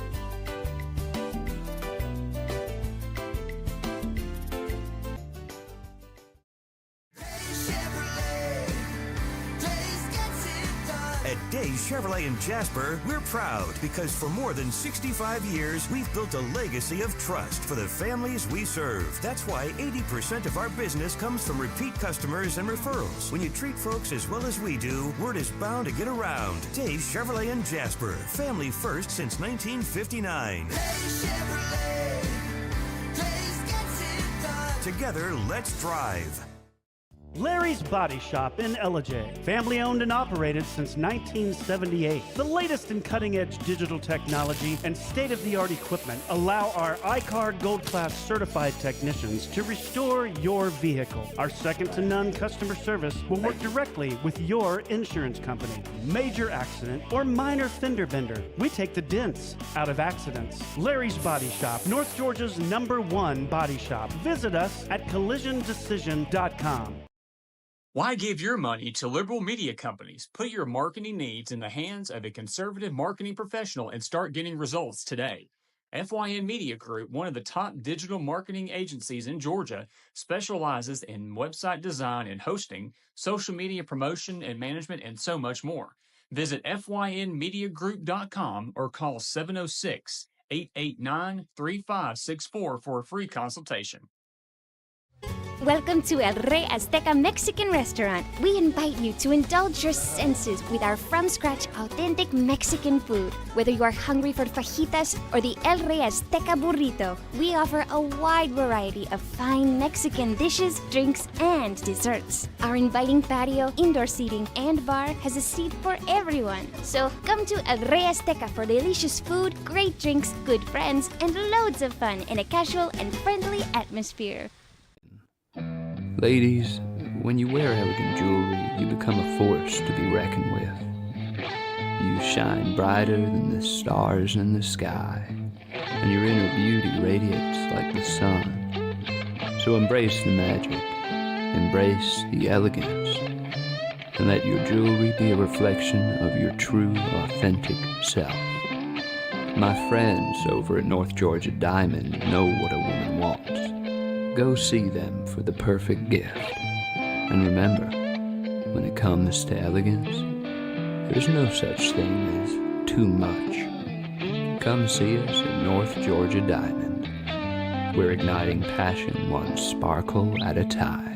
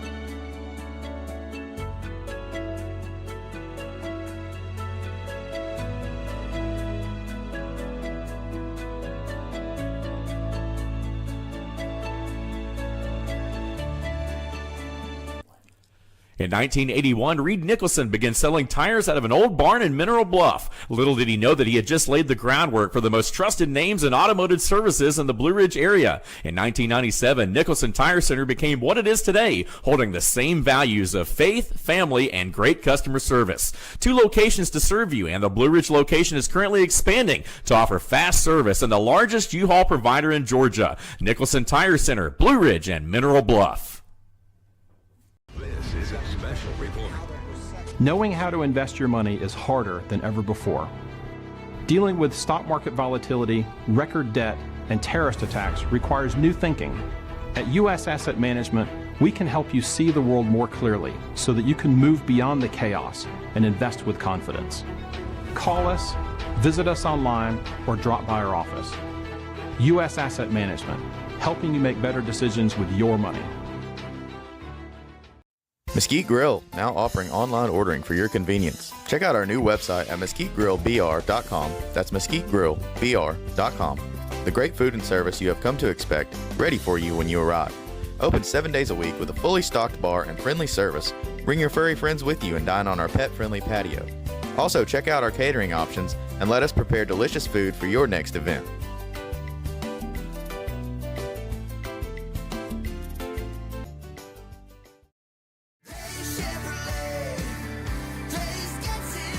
At Days Chevrolet in Jasper, we're proud because for more than 65 years, we've built a legacy of trust for the families we serve. That's why 80% of our business comes from repeat customers and referrals. When you treat folks as well as we do, word is bound to get around. Days Chevrolet in Jasper, family first since 1959. Together, let's drive.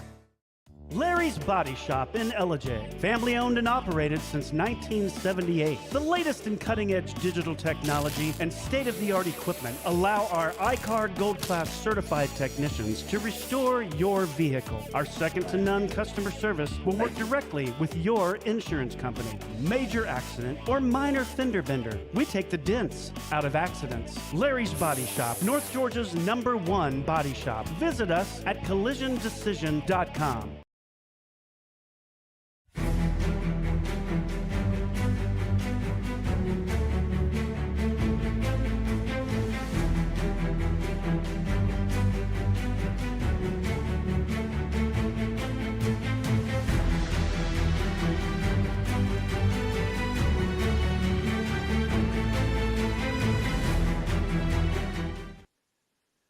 Hello, folks. We're back.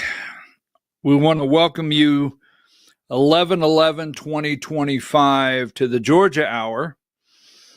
I'm your host, BKP, brought to you by voiceofruralamerica.com. Diane producing this segment today. We appreciate it. Now, there are so much out there that we can pull together as we start with Fulton County. And as you well know, if you're out there nationally, because a lot of you are here nationally are going to view this, Fulton County is the center, for the most part, of the 2020 election investigation here in Georgia. And we do know other places around the state, there's a lot of other investigations that have taken place. But this one in particularly, we're going to stay focused because this is SEB 2023-025, as I refer to it as the Joe Rossi case. Now, according to my notes here, they filed this case July of 2022. It got assigned a case number, and we have missing ballot images, duplicate ballot images. Dr. Janice Johnson noted on that day that there was 140 violations. Fulton County had 140 different violations. And we've had Mr. Rossi on this show several times. Chairman Fevera, I think is his name, Mr. Rossi asked for his resignation last time, looked right at him at the last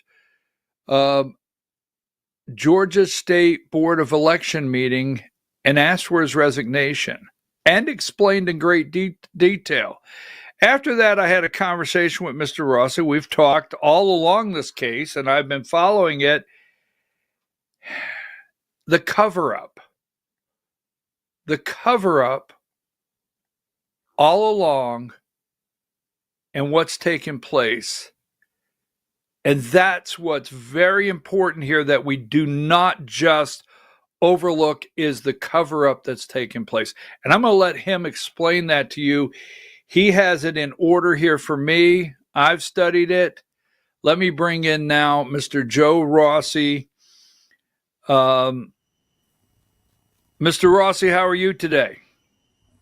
I'm doing well. Thank you. Good morning, sir.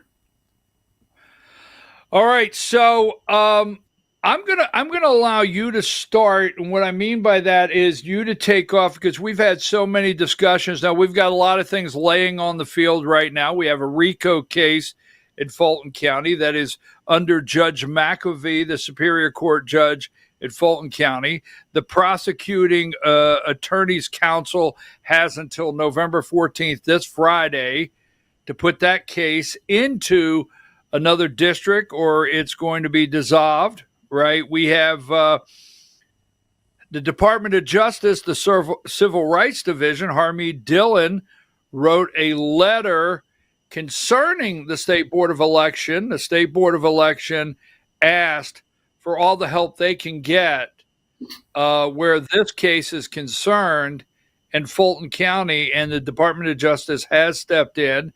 They wrote a letter on October 30th, dated 15 days, which is Friday, the deadline.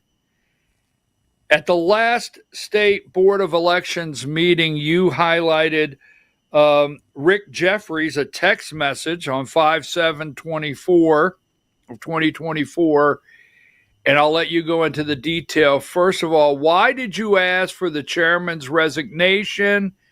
And what is it that you want to lay out today as far as the cover-up? Okay, sure. Thanks for the time, Brian. So that meeting where I went up there and asked for the chairman's resignation was not easy. It didn't do that with any pleasure. It was a tough thing to do and really felt bad doing it, but felt obligated to do it. We have spent so much time on this case getting to the facts. We've shared it with the governor's team. They recommended it to the state election board, and we've been methodical about making sure that we stick to the facts on everything we say or present. And so last week when I called for the chairman's resignation, I'm certain I did. I backed it up 100% with facts. So as I said all along, you can call it whatever terms you want. I'm not a lawyer, but it appears as though there's been a massive cover-up effort between the Secretary of State's office and some members of the state election board to get this thing swept under the rug as quickly as possible. Because it's factual and it's very powerful. So it's taken a while, but the hearing on May 7th was a year and a half ago, but recently some information was shared with me, text messages. I'll start with that. So it was kind of odd the day before the meeting. I was in Atlanta and I got an email from the paralegal that said the timing of the meeting was changed from end of day Tuesday to earlier in the day. And I didn't really think much of it at the time, but now it's leaning towards the text messages. And what I found in the text messages was Member Jafaris was out of town at a very important water authority meeting, which he was chairing. And to his credit, I think he was trying to join the meeting remotely. He must have found out the time had changed. He texted Mr. Mr. Jeffries texted the chairman, I can call in if you want me to. And immediately after that, the chairman texted him back and said, I don't think you want to be any part of this. And I didn't know that at the time, but when I read that, I said, that seems rather odd. I would think the chairman's job is to get the information in front of the board members, make it accessible to them, and let them rule on the case. So that was kind of the first item that said, this case may not have been handled properly. So then I started going back and looking at the transcripts of that hearing. And as you recall, Dr. Johnston's motion didn't have a second. Mr. Jeffries wasn't there to second it, which I assume he would have.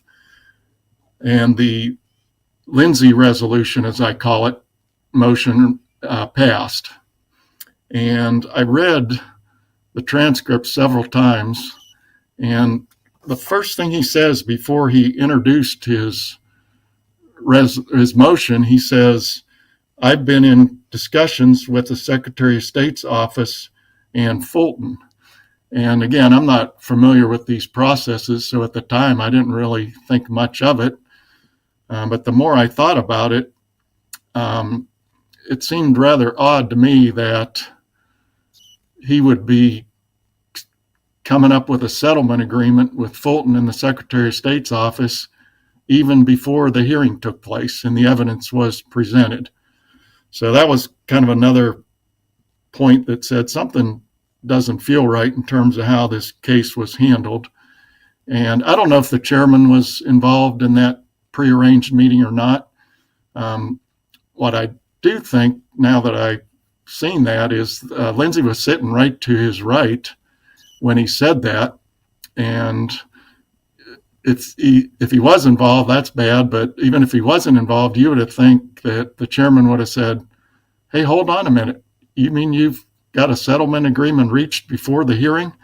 Maybe you need to recuse yourself or something. But that didn't happen anyways.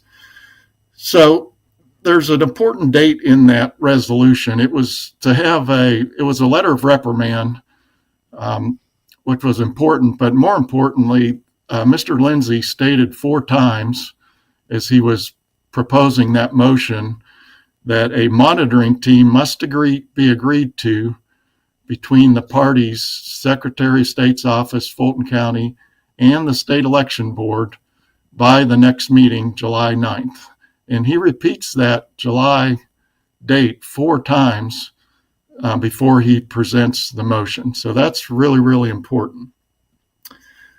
So then we move to what happened after the May 7th meeting. I believe they were trying to get this monitoring team in place and must have been struggling with the makeup of the team or who was paying for the team. I wasn't involved in any of that. So the complainants, we were simply asking the state election board, could we see the letter of reprimand? This is in May of 2024, after the May 7th hearing. We just wanted to see the official letter. On May 29th, we got an email from Ms. Harden, the paralegal from the state election board, and she says that we have not issued the letter yet since the letter was contingent on them selecting an agreeable monitor before the July meeting. If they secure a monitor before July, we will issue the letter. If they fail to secure a monitor, we will refer the case to the AG's office, which was basically Dr. Johnston's motion. So I don't know if she just sent that without the chairman knowing about it or not, but it clearly came from the state election board. So then, lo and behold, on July 13th, and we just got our hands on this, the chairman issues the letter of reprimand. And again, this is 2 weeks after his paralegal told us they weren't going to issue it until the monitoring team was agreed to prior to the next meeting. And the disturbing thing two disturbing things. One is he issued it after she told us it wasn't going to be issued. And more disturbing, the by July verbiage in his letter of reprimand changed to by August. So my thoughts on that is I believe they were having trouble getting this monitoring team agreed to by all three parties. And I guess he just changed the date to give him more time. So perhaps he didn't have to come back to the July 9th meeting and cancel the Lindsay motion. And as Lindsay said, this motion will be rescinded if there's not a monitoring team by July 9th. And there was not a monitoring team agreed to by all three parties by July 9th. So then the last part of that is what I found is that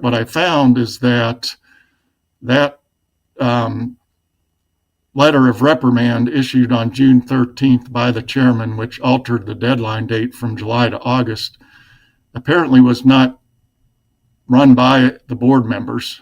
They didn't get the vote on it, and I've had several of them tell me they never even got a copy of it.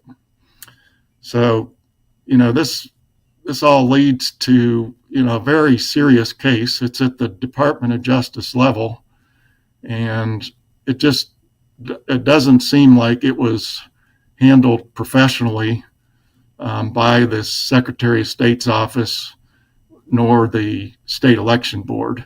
And at this point, I've communicated to people, I'm not here to argue the merits of the case anymore. That's in the hands of the Department of Justice. I just want it to be known that an important case like this goes through high offices in Georgia, is pre-reviewed by the governor's team.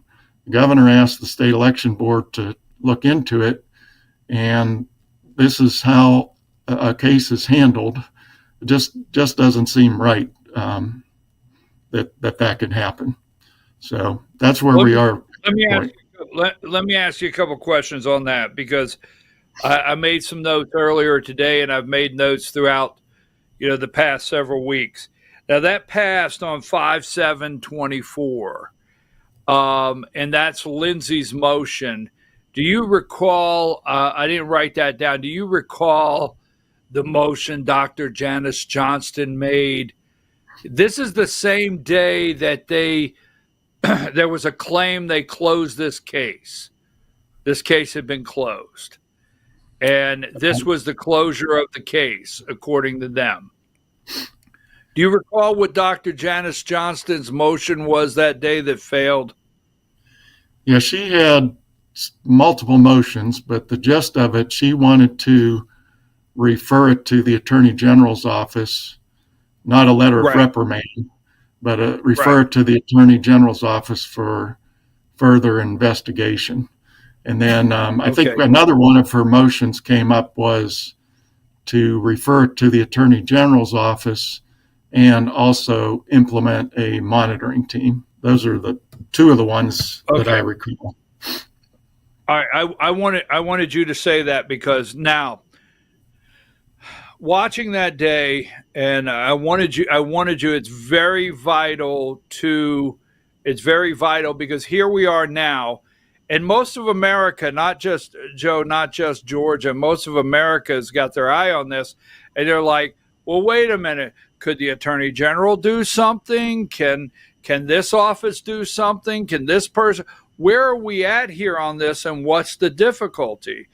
And what I want people to understand out there is, on this day we're discussing, our system in the state of Georgia is, once the state election board determines a violation.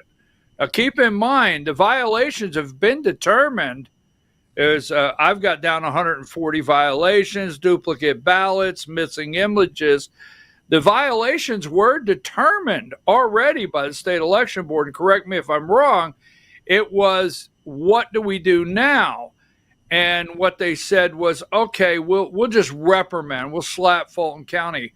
What we don't want to gloss over is Dr. Janice Johnston had a motion on the floor to send it to the Attorney General's office, and the Attorney General would have had to look at this as a possible prosecution in Fulton when it got to the Attorney General's office. But why did her motion fail? Because Jeffries, the other board member, was not there and could have called in to support Dr. Johnston's motion and was deterred and told by the chairman, I don't think you went in the middle of this. Basically, my words, not quoting because there is quotes in the text message, you probably don't want to get involved. Now, the other thing about that is member Jeffries is the member that is appointed by the lieutenant governor's office, which was Burt Jones. Dr. Johnston's appointed to the board by the Georgia Republican Party.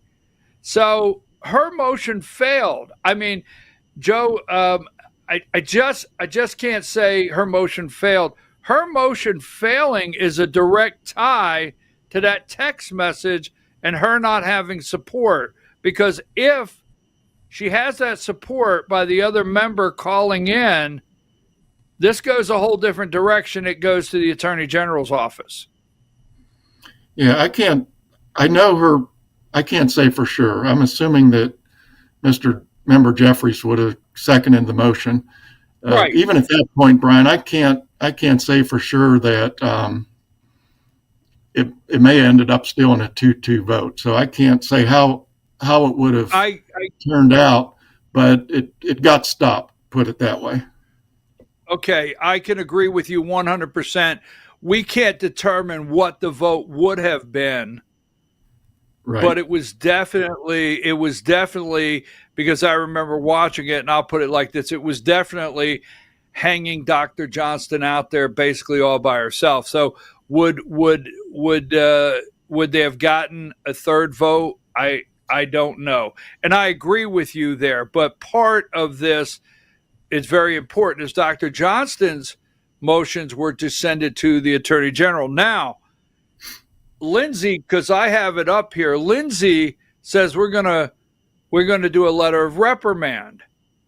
But what he also says is I've already been in talks. It's almost like he had already went ahead and just saying, according to the way he presented it, it's almost like he went ahead and had communication with the Secretary of State's office in Fulton County. Now, the monitoring team was supposed to be for the 2024 election. And Fulton County and the Secretary of State put Ryan Germany in. Can't make that up. Legal counsel to the Secretary of State. He became the monitoring team for Fulton County for 2024, okay, without the knowledge, the deal was done without the knowledge of the State Board of Elections. And I can't quote Joe, but I think Dr. Johnson, you can go back and watch the video, Janice Johnson said something to the reference of like a backroom deal. Yeah, two things. One, you mentioned that rules or laws have been violated, and when the chairman wrote that June 13th letter of reprimand in which he altered the deadline date from July to August, he did specifically spell out that they violated election rules or election law, and he listed the numbers 183, whatever, 183. So there was really no dispute that there were election law, election rules violated by Fulton County. It really came down to what was going to be done about it.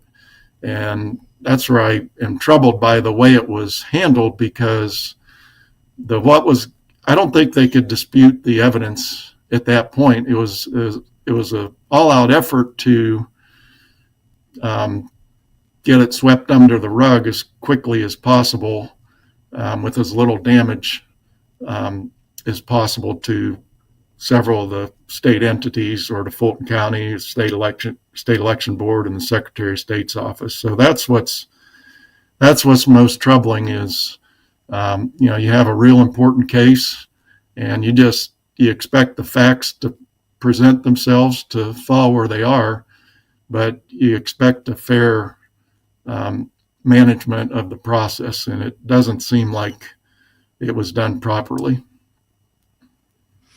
Well, they altered. I have it in front of me right here. He altered the request date from July to August on his own. The chairman altered that on his own, made that decision on his own, and did not come back and change Lindsay's motion to reflect August, and he took that on his own. So, hey, Fulton County basically, and the Secretary of State's office, missed that July deadline that was given in that motion, unbeknownst to the State Board of Elections.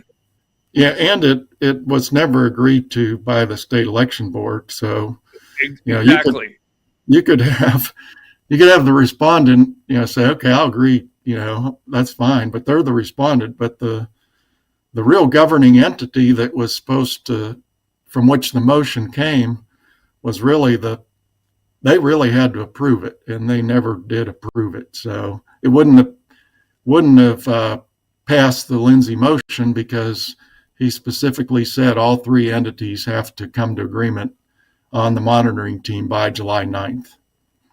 And like you said, I don't think the state election board was going to agree to a monitoring team headed up by Ryan Germany. No, and let me say this, and then I want to give you another window of opportunity to explain things, because you have probably how many emails, Secretary of State Counsel Charlene McGowan, and the people that worked on this case, SEB 2023-025. Folks, if you go to YouTube and you go to the Georgia State Board of Elections, and go back to 5/7/24, and go to the meeting before that meeting after that, you will get a clear understanding of all of the violations that were found and proven, and the argument the Secretary of State makes. It's over in Fulton County today. So if you want clarification on Fulton County, the ballot images, what's going on there today, you can go back to 5/7/2024, go back 1 month, that month, and the next month, and everything we're talking about will be very clear for you of what's going on and what may come here very soon with the Department of Justice, because Dr. Janice Johnston, I think it's been 2 meetings ago, about 3 months ago, if that long, they voted to send a resolution to the Department of Justice asking for help in this case in Fulton County. And that's what was answered by Harmeet Dillon, Department of Justice Civil Rights Division, on October 30th. Joe, let's talk about this, because, you and I have discussed this. Go a little deeper on the concern of a cover-up. I mean, you have Fulton County, who's talking to who's covering what up, and that is the actual words you used with me, as, the case itself in Fulton County will bear itself out with the evidence. It's there. The evidence is there. It'll bear itself out if it's handled right. But let's not gloss over the seriousness of the cover-up of this case, trying to suppress the evidence in this case, and what could have been going on behind the scenes, whether it's with Lindsay, Fulton County Secretary of State, all the way to the top of Brad Raffensperger. Can you highlight a little more of that? Well, the first thing I want to say is the one agency of the government that I got good support was from the governor and his team, both on my first case, which was 2021-181 for the hand audit, and for this case, maybe to a lesser extent, because it was election season and his team didn't have quite the time to spend as they did on the prior case. But that group that he assigned was in constant communication and very, very supportive. I just felt from the beginning, way back to November, December of 2021, that as the evidence became obvious, and especially when it had the vetting, as you recall, the governor's letter said Mr. Rossi's data, we reviewed it, it's factual. Yes. They couldn't deny the facts anymore. And at that point, I believe I don't know whether they had a meeting or it was just understood that, the momentum's against us on arguing the facts, guys. We got to figure out how to get through this with as little damage or get it swept under the rug as quickly as possible and just move forward from this and say, let's not worry about 2020. Let's look forward to 2024. But again, the merits are the merits. We'll see where they end up. But, for this state election board to continue to stand up and have credibility, some changes are going to need to be made. I don't know who's in charge of the state election board. Sometimes I think it's the Secretary of State. Sometimes I think it's the legislature. I don't follow that well enough to really know who's responsible for them. But, for them to be a credible entity, then some of this has to be revealed, and obviously some changes are going to need to be made. And that's what I'm hoping happens as quickly as possible and as respectfully as possible. All right. So we want to go through, I think communication with then board member Lindsay. I think communication between the Secretary of State's office, Fulton County, anything that referred, because I do know this, at no time that I'm aware of, and it'd be best that I asked Dr. Janice Johnston this, but at no time am I aware of, during the process to pick a monitor for the 2024 election, did the state election board actually get an opportunity to decide that? I don't think they were ever involved in the final decision of the monitor for the Fulton County election monitor for 2024. So I think a full investigation all the way to the top. Who was covering this up, who was trying to suppress evidence, going any further, what they were trying to do. I think there needs to be a full, thorough investigation into this. It is just that. It's a cover-up. There's a meeting tomorrow. Are you attending tomorrow's meeting? And if so, are you speaking at tomorrow's meeting for the State Board of Elections in Georgia? And can you share with us what plans you have for tomorrow's meeting, if so? Yeah, actually, I can't attend tomorrow. I've got college responsibilities. We're moving our engineering lab, and it's a ton of equipment, and I got to be there to help orchestrate that. So, unfortunately, I will not be able to attend. I will say on Saturday, I was copied on an email from Dr. Johnston, and she basically sent the chairman an email asking him the same two questions I just presented, which was around the prearranged agreement. What does he have to say to that? And then the altered letter of reprimand.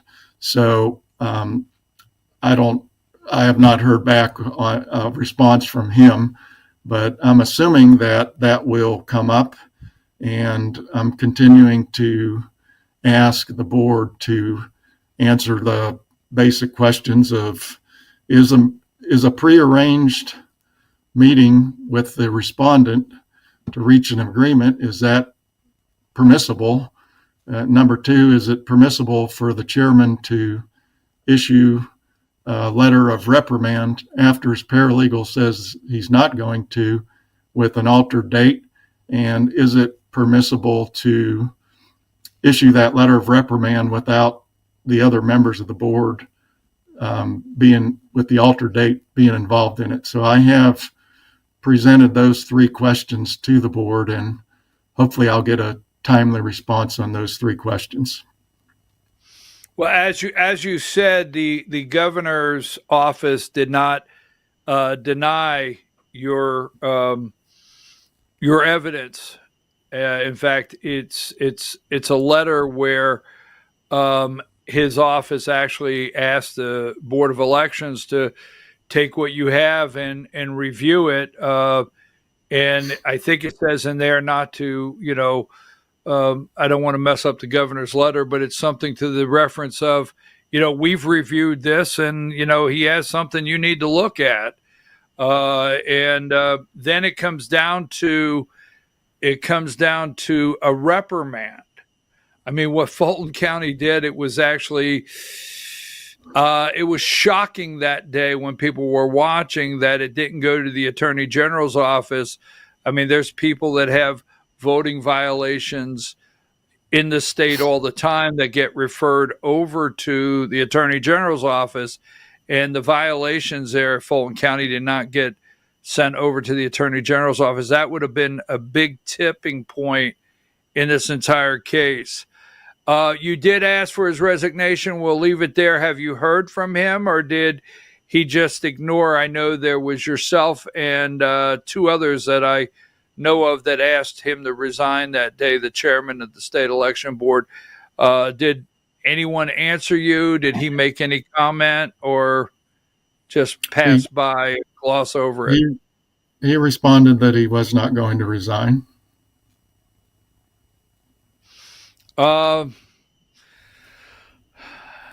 Well, the chairman, just so people know, in fairness, and this is not an attack in any way whatsoever, the chairman of the Georgia State Election Board is appointed by the governor, and we know the governor is paying attention to this. So hopefully, we'll say nicely, maybe the governor could look at this and think, maybe you ought to move out of the way and let's get someone else. I don't know. And that's not saying that attacking, you know what I mean? Because I know you weren't, when you asked for his resignation, I mean, the governor appointed him, and you weren't sitting there directly trying to attack the governor, but it just had to be done. Yeah, I mean, I don't think he's serving the governor well from that appointment. So we'll see where it goes. Maybe he had good intentions when he started. Mr. Fervier wanted to do the right thing, but somehow it has not ended well, or at this point it is not. It's not a good situation for the board in terms of the credibility. So at some point I would think you got to ask yourself, am I serving the governor's appointment well, and am I serving the credibility of this board well? And maybe we'll pray that he makes the right decision here. Outside looking in, and I just want to say this is just an observation on appearance and people I talk to. Outside looking in, we get the appearance he might be pulled by the Secretary of State's office, but we just say that's what it looks like if you're paying close attention to the state election board. Mr. Rossi, is there anything today that you had set up that you felt needed to be on this recording that you didn't get a chance to share, or something you'd like to say in closing? Well, I just appreciate the time. We'll continue to try to be persistent, relentless to the truth, and respectful along the way. If there's anybody that hears this and has the concerns I do about the state election board, whether it's a state congressman, a state senator, or anybody else that can help us right this ship with the state election board, please feel free to reach out to me, and I'll be glad to share the facts with you. And again, if you feel compelled to do that, I'm available to assist. But thank you for the time, Brian. Well, we always want to thank you and Kevin Moncla. We know both of you worked on this case. want to thank Kevin Moncla also and yourself for all the time, all the travel up there, putting your name on the list, and trying to just, present the facts and say, you know what, people are owed the truth in the results of elections. That's just it. That's it. It's not a Republican or a Democrat, nothing at all, other than people are owed. This is the actual truth and the outcome of an election. And I think that's all you guys worked on. Myself, I appreciate you very much. I'm going to let you go. I know you're busy. You retired, so you went and got another job. So I know very well you went straight from retirement to a job where you're maybe putting as many, if not more, hours than you used to. We appreciate you very much. Thank you. Stay in touch with me on some of these things that are coming up so I can help highlight those where I can. I appreciate it, Mr. Rossi. Thank you, sir. Have a good day. All right, folks. We're going to take, Diane, I'm just going to take a 2-minute break. It's 10:38. Bring me back like in 2 minutes. I'll wave you in, and we've got some other things to cover on the Georgia Hour before we close.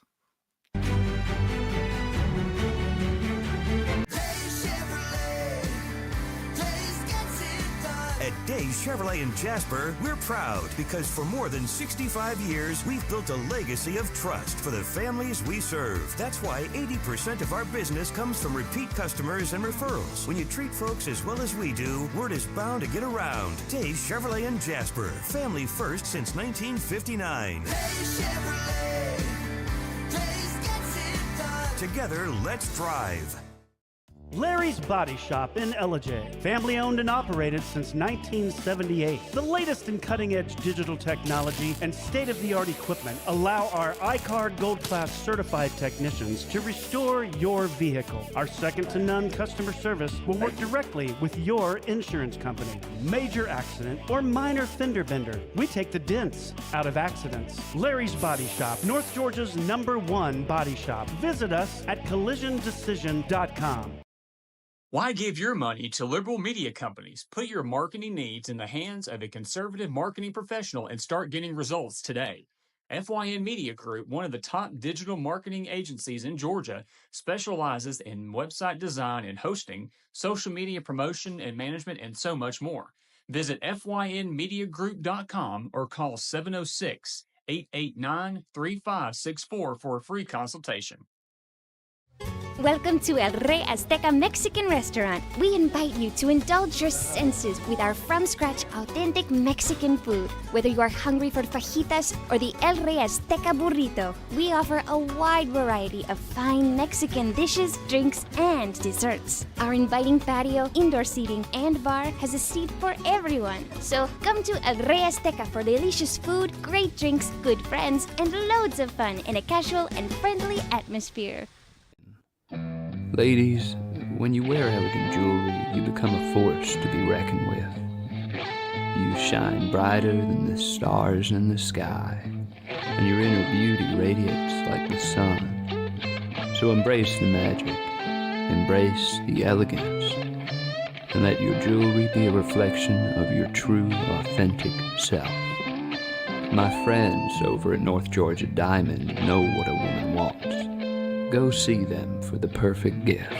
And remember, when it comes to elegance, there's no such thing as too much. Come see us at North Georgia Diamond. We're igniting passion one sparkle at a time.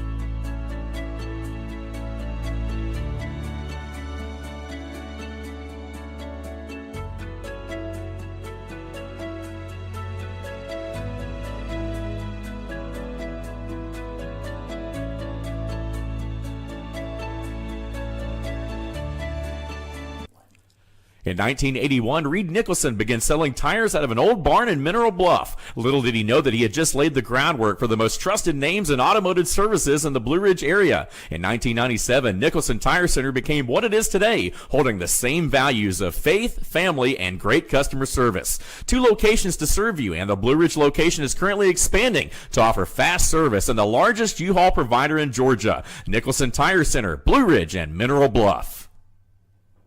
This is a special report. Knowing how to invest your money is harder than ever before. Dealing with stock market volatility, record debt, and terrorist attacks requires new thinking.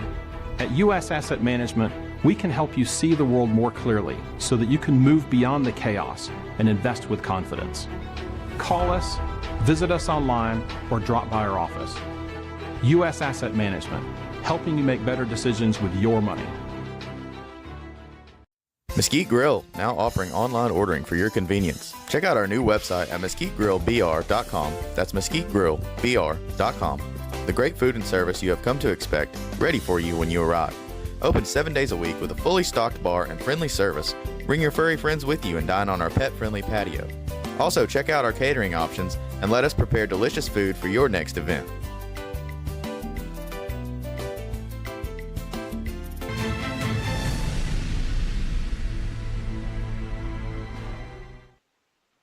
All right, folks, we're back. I just want to say the groundwork for all of these. Now you're out there and you know it. All of these politicians have to answer how they plan to deal with the state election board. Are they going to finally separate it from the Secretary of State's office? Are they going to investigate what's going on inside the state election board? What are they going to do with it? It has to be handled in this next legislative session, especially these politicians running for office. As you know, Joe Rossi just invited any state legislator, anyone that wanted to help him and look into the state election board to contact him. Now, I want to get this out. You can find this right here. I have the Democrat.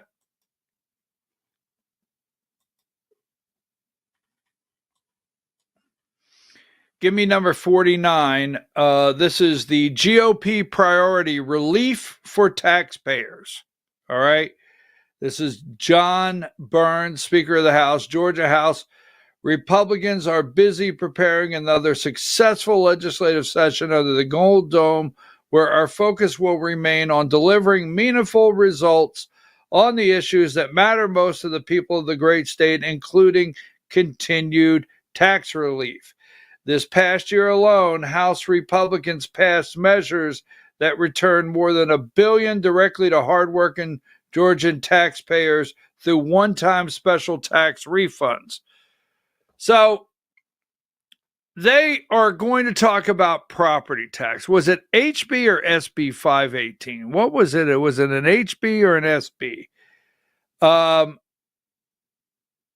Now, when they talk about struggling, the soaring costs placed on undue financial burdens on retirees who are living on fixed incomes, young families who are already struggling to establish roots in their community because of housing costs, small business owners facing climbing commercial property values. I will tell you this Speaker of the House, these people cannot be trusted to make adjustments to benefit Georgia with property tax, because you always have to keep in mind they are not going to cut back. Now remember this, all right? Property tax is not state tax. It's your local, right, property tax for your county. They get to set your millage rate. right? The State Department of Revenue has assessors.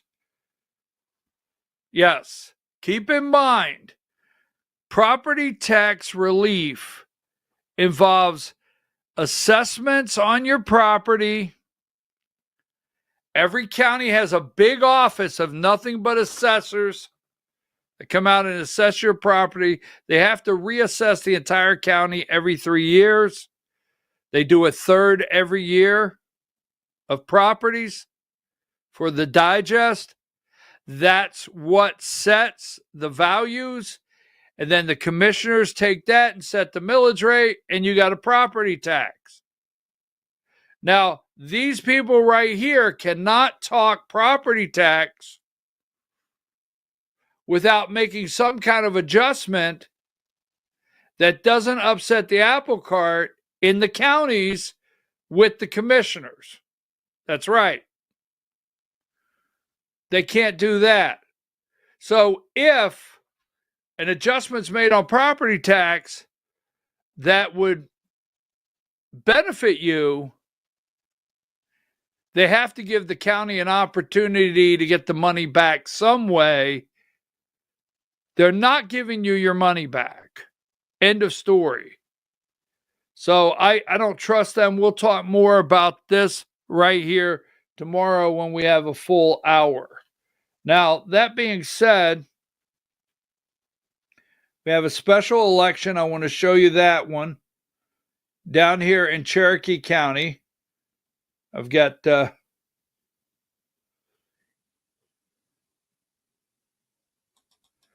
hold on. Don't forget, we were talking about this right here. 52, I'll show you this first. 52, Trump's Department of Justice is fixated on 2020 elections. Fulton officials will not budge. They will not. Fulton County officials are approaching the deadline to comply with a request for a slew of related records related to 2020 election. See, we just had Joe Rossi on here. Now, the merits of that case, right? That's exactly the guy I just had on. It's that case right there,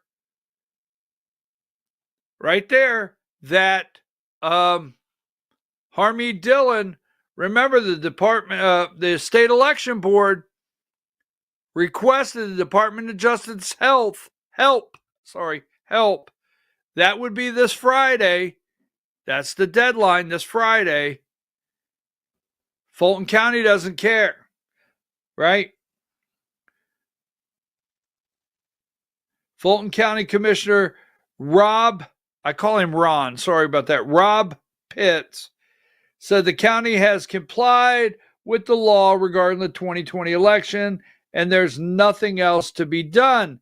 Now, we played that for you. Number 53, why the fixation on 2020? Pitts said, God only knows why. The Justice Department request to reopen inquiries into Fulton County's 2020 election comes ahead of the 2026 midterm,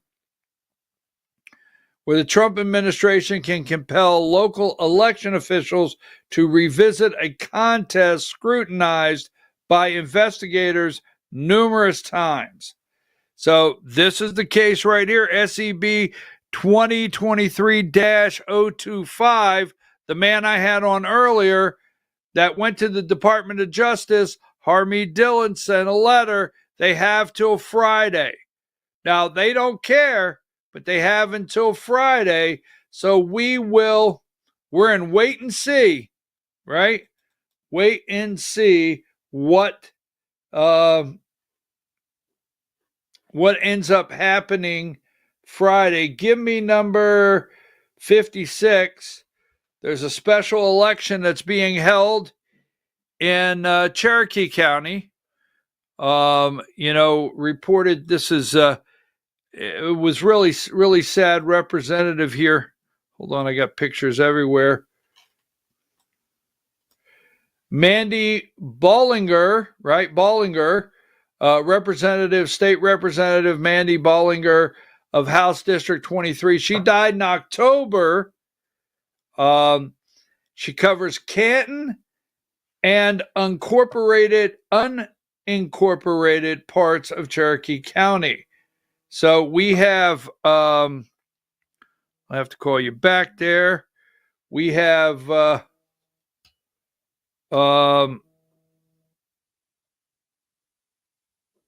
let's see, Republicans, 54. Special election. This is going to be interesting. So this is State House District 23. Ann Gazal, Republican. Bill Fincher, right? Bryce Futch, again. I cannot pronounce your name, sir. And William Ware. And a Democrat that has qualified, 55, Scott Sanders. So this election, special election, there are the candidates. Let me see what else I have today concerning Georgia that I want to make sure we get out. I've got 5 minutes. Here's number 2. Like I said, Rob Pitts has told them, no, I don't care what happens. And you go to 4, Fulton County stands firm. 4, here's the letter from the DOJ, Department of Civil Rights. And 5, right there, October 30th. And they give them until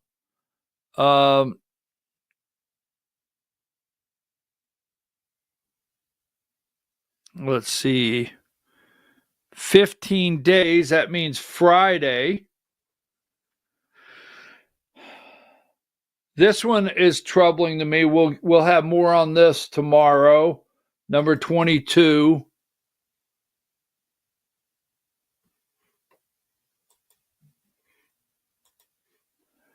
State Representative Emory Donahue won't run for re-election in 2026. Now, he is the 8th-term. He's an 8th-term Republican.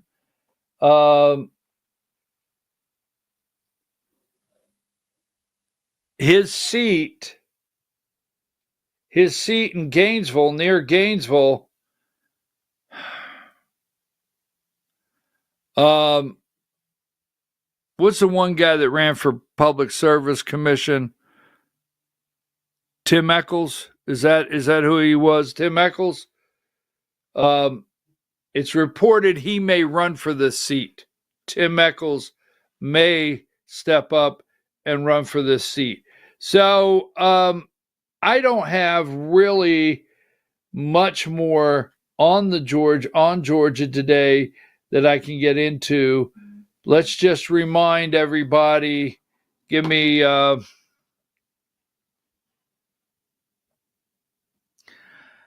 going to give you number 12. Give me number 12. I will go further into this. I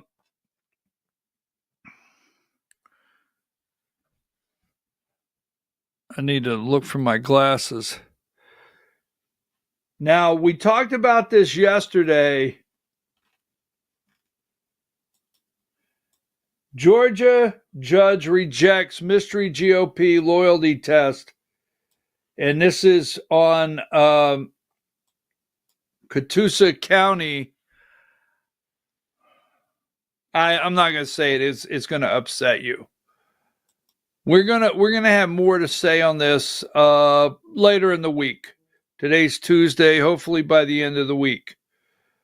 This guy must go, folks.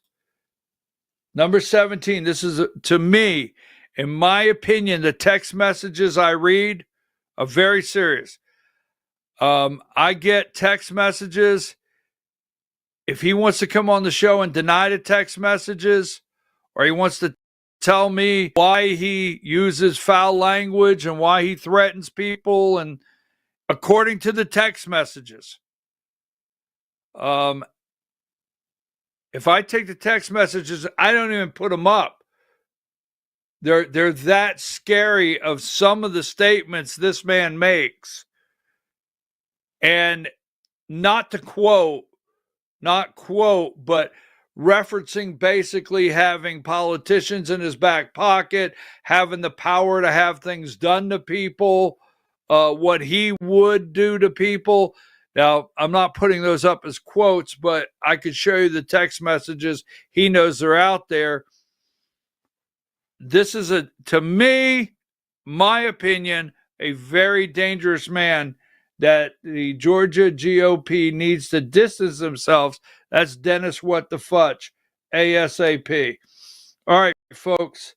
We're going to go. It's Tuesday. We're going to come back tomorrow morning. As they say, if the good Lord's willing and everything is going all right, we'll see you at 8 a.m. tomorrow morning. Diane, take us out of here.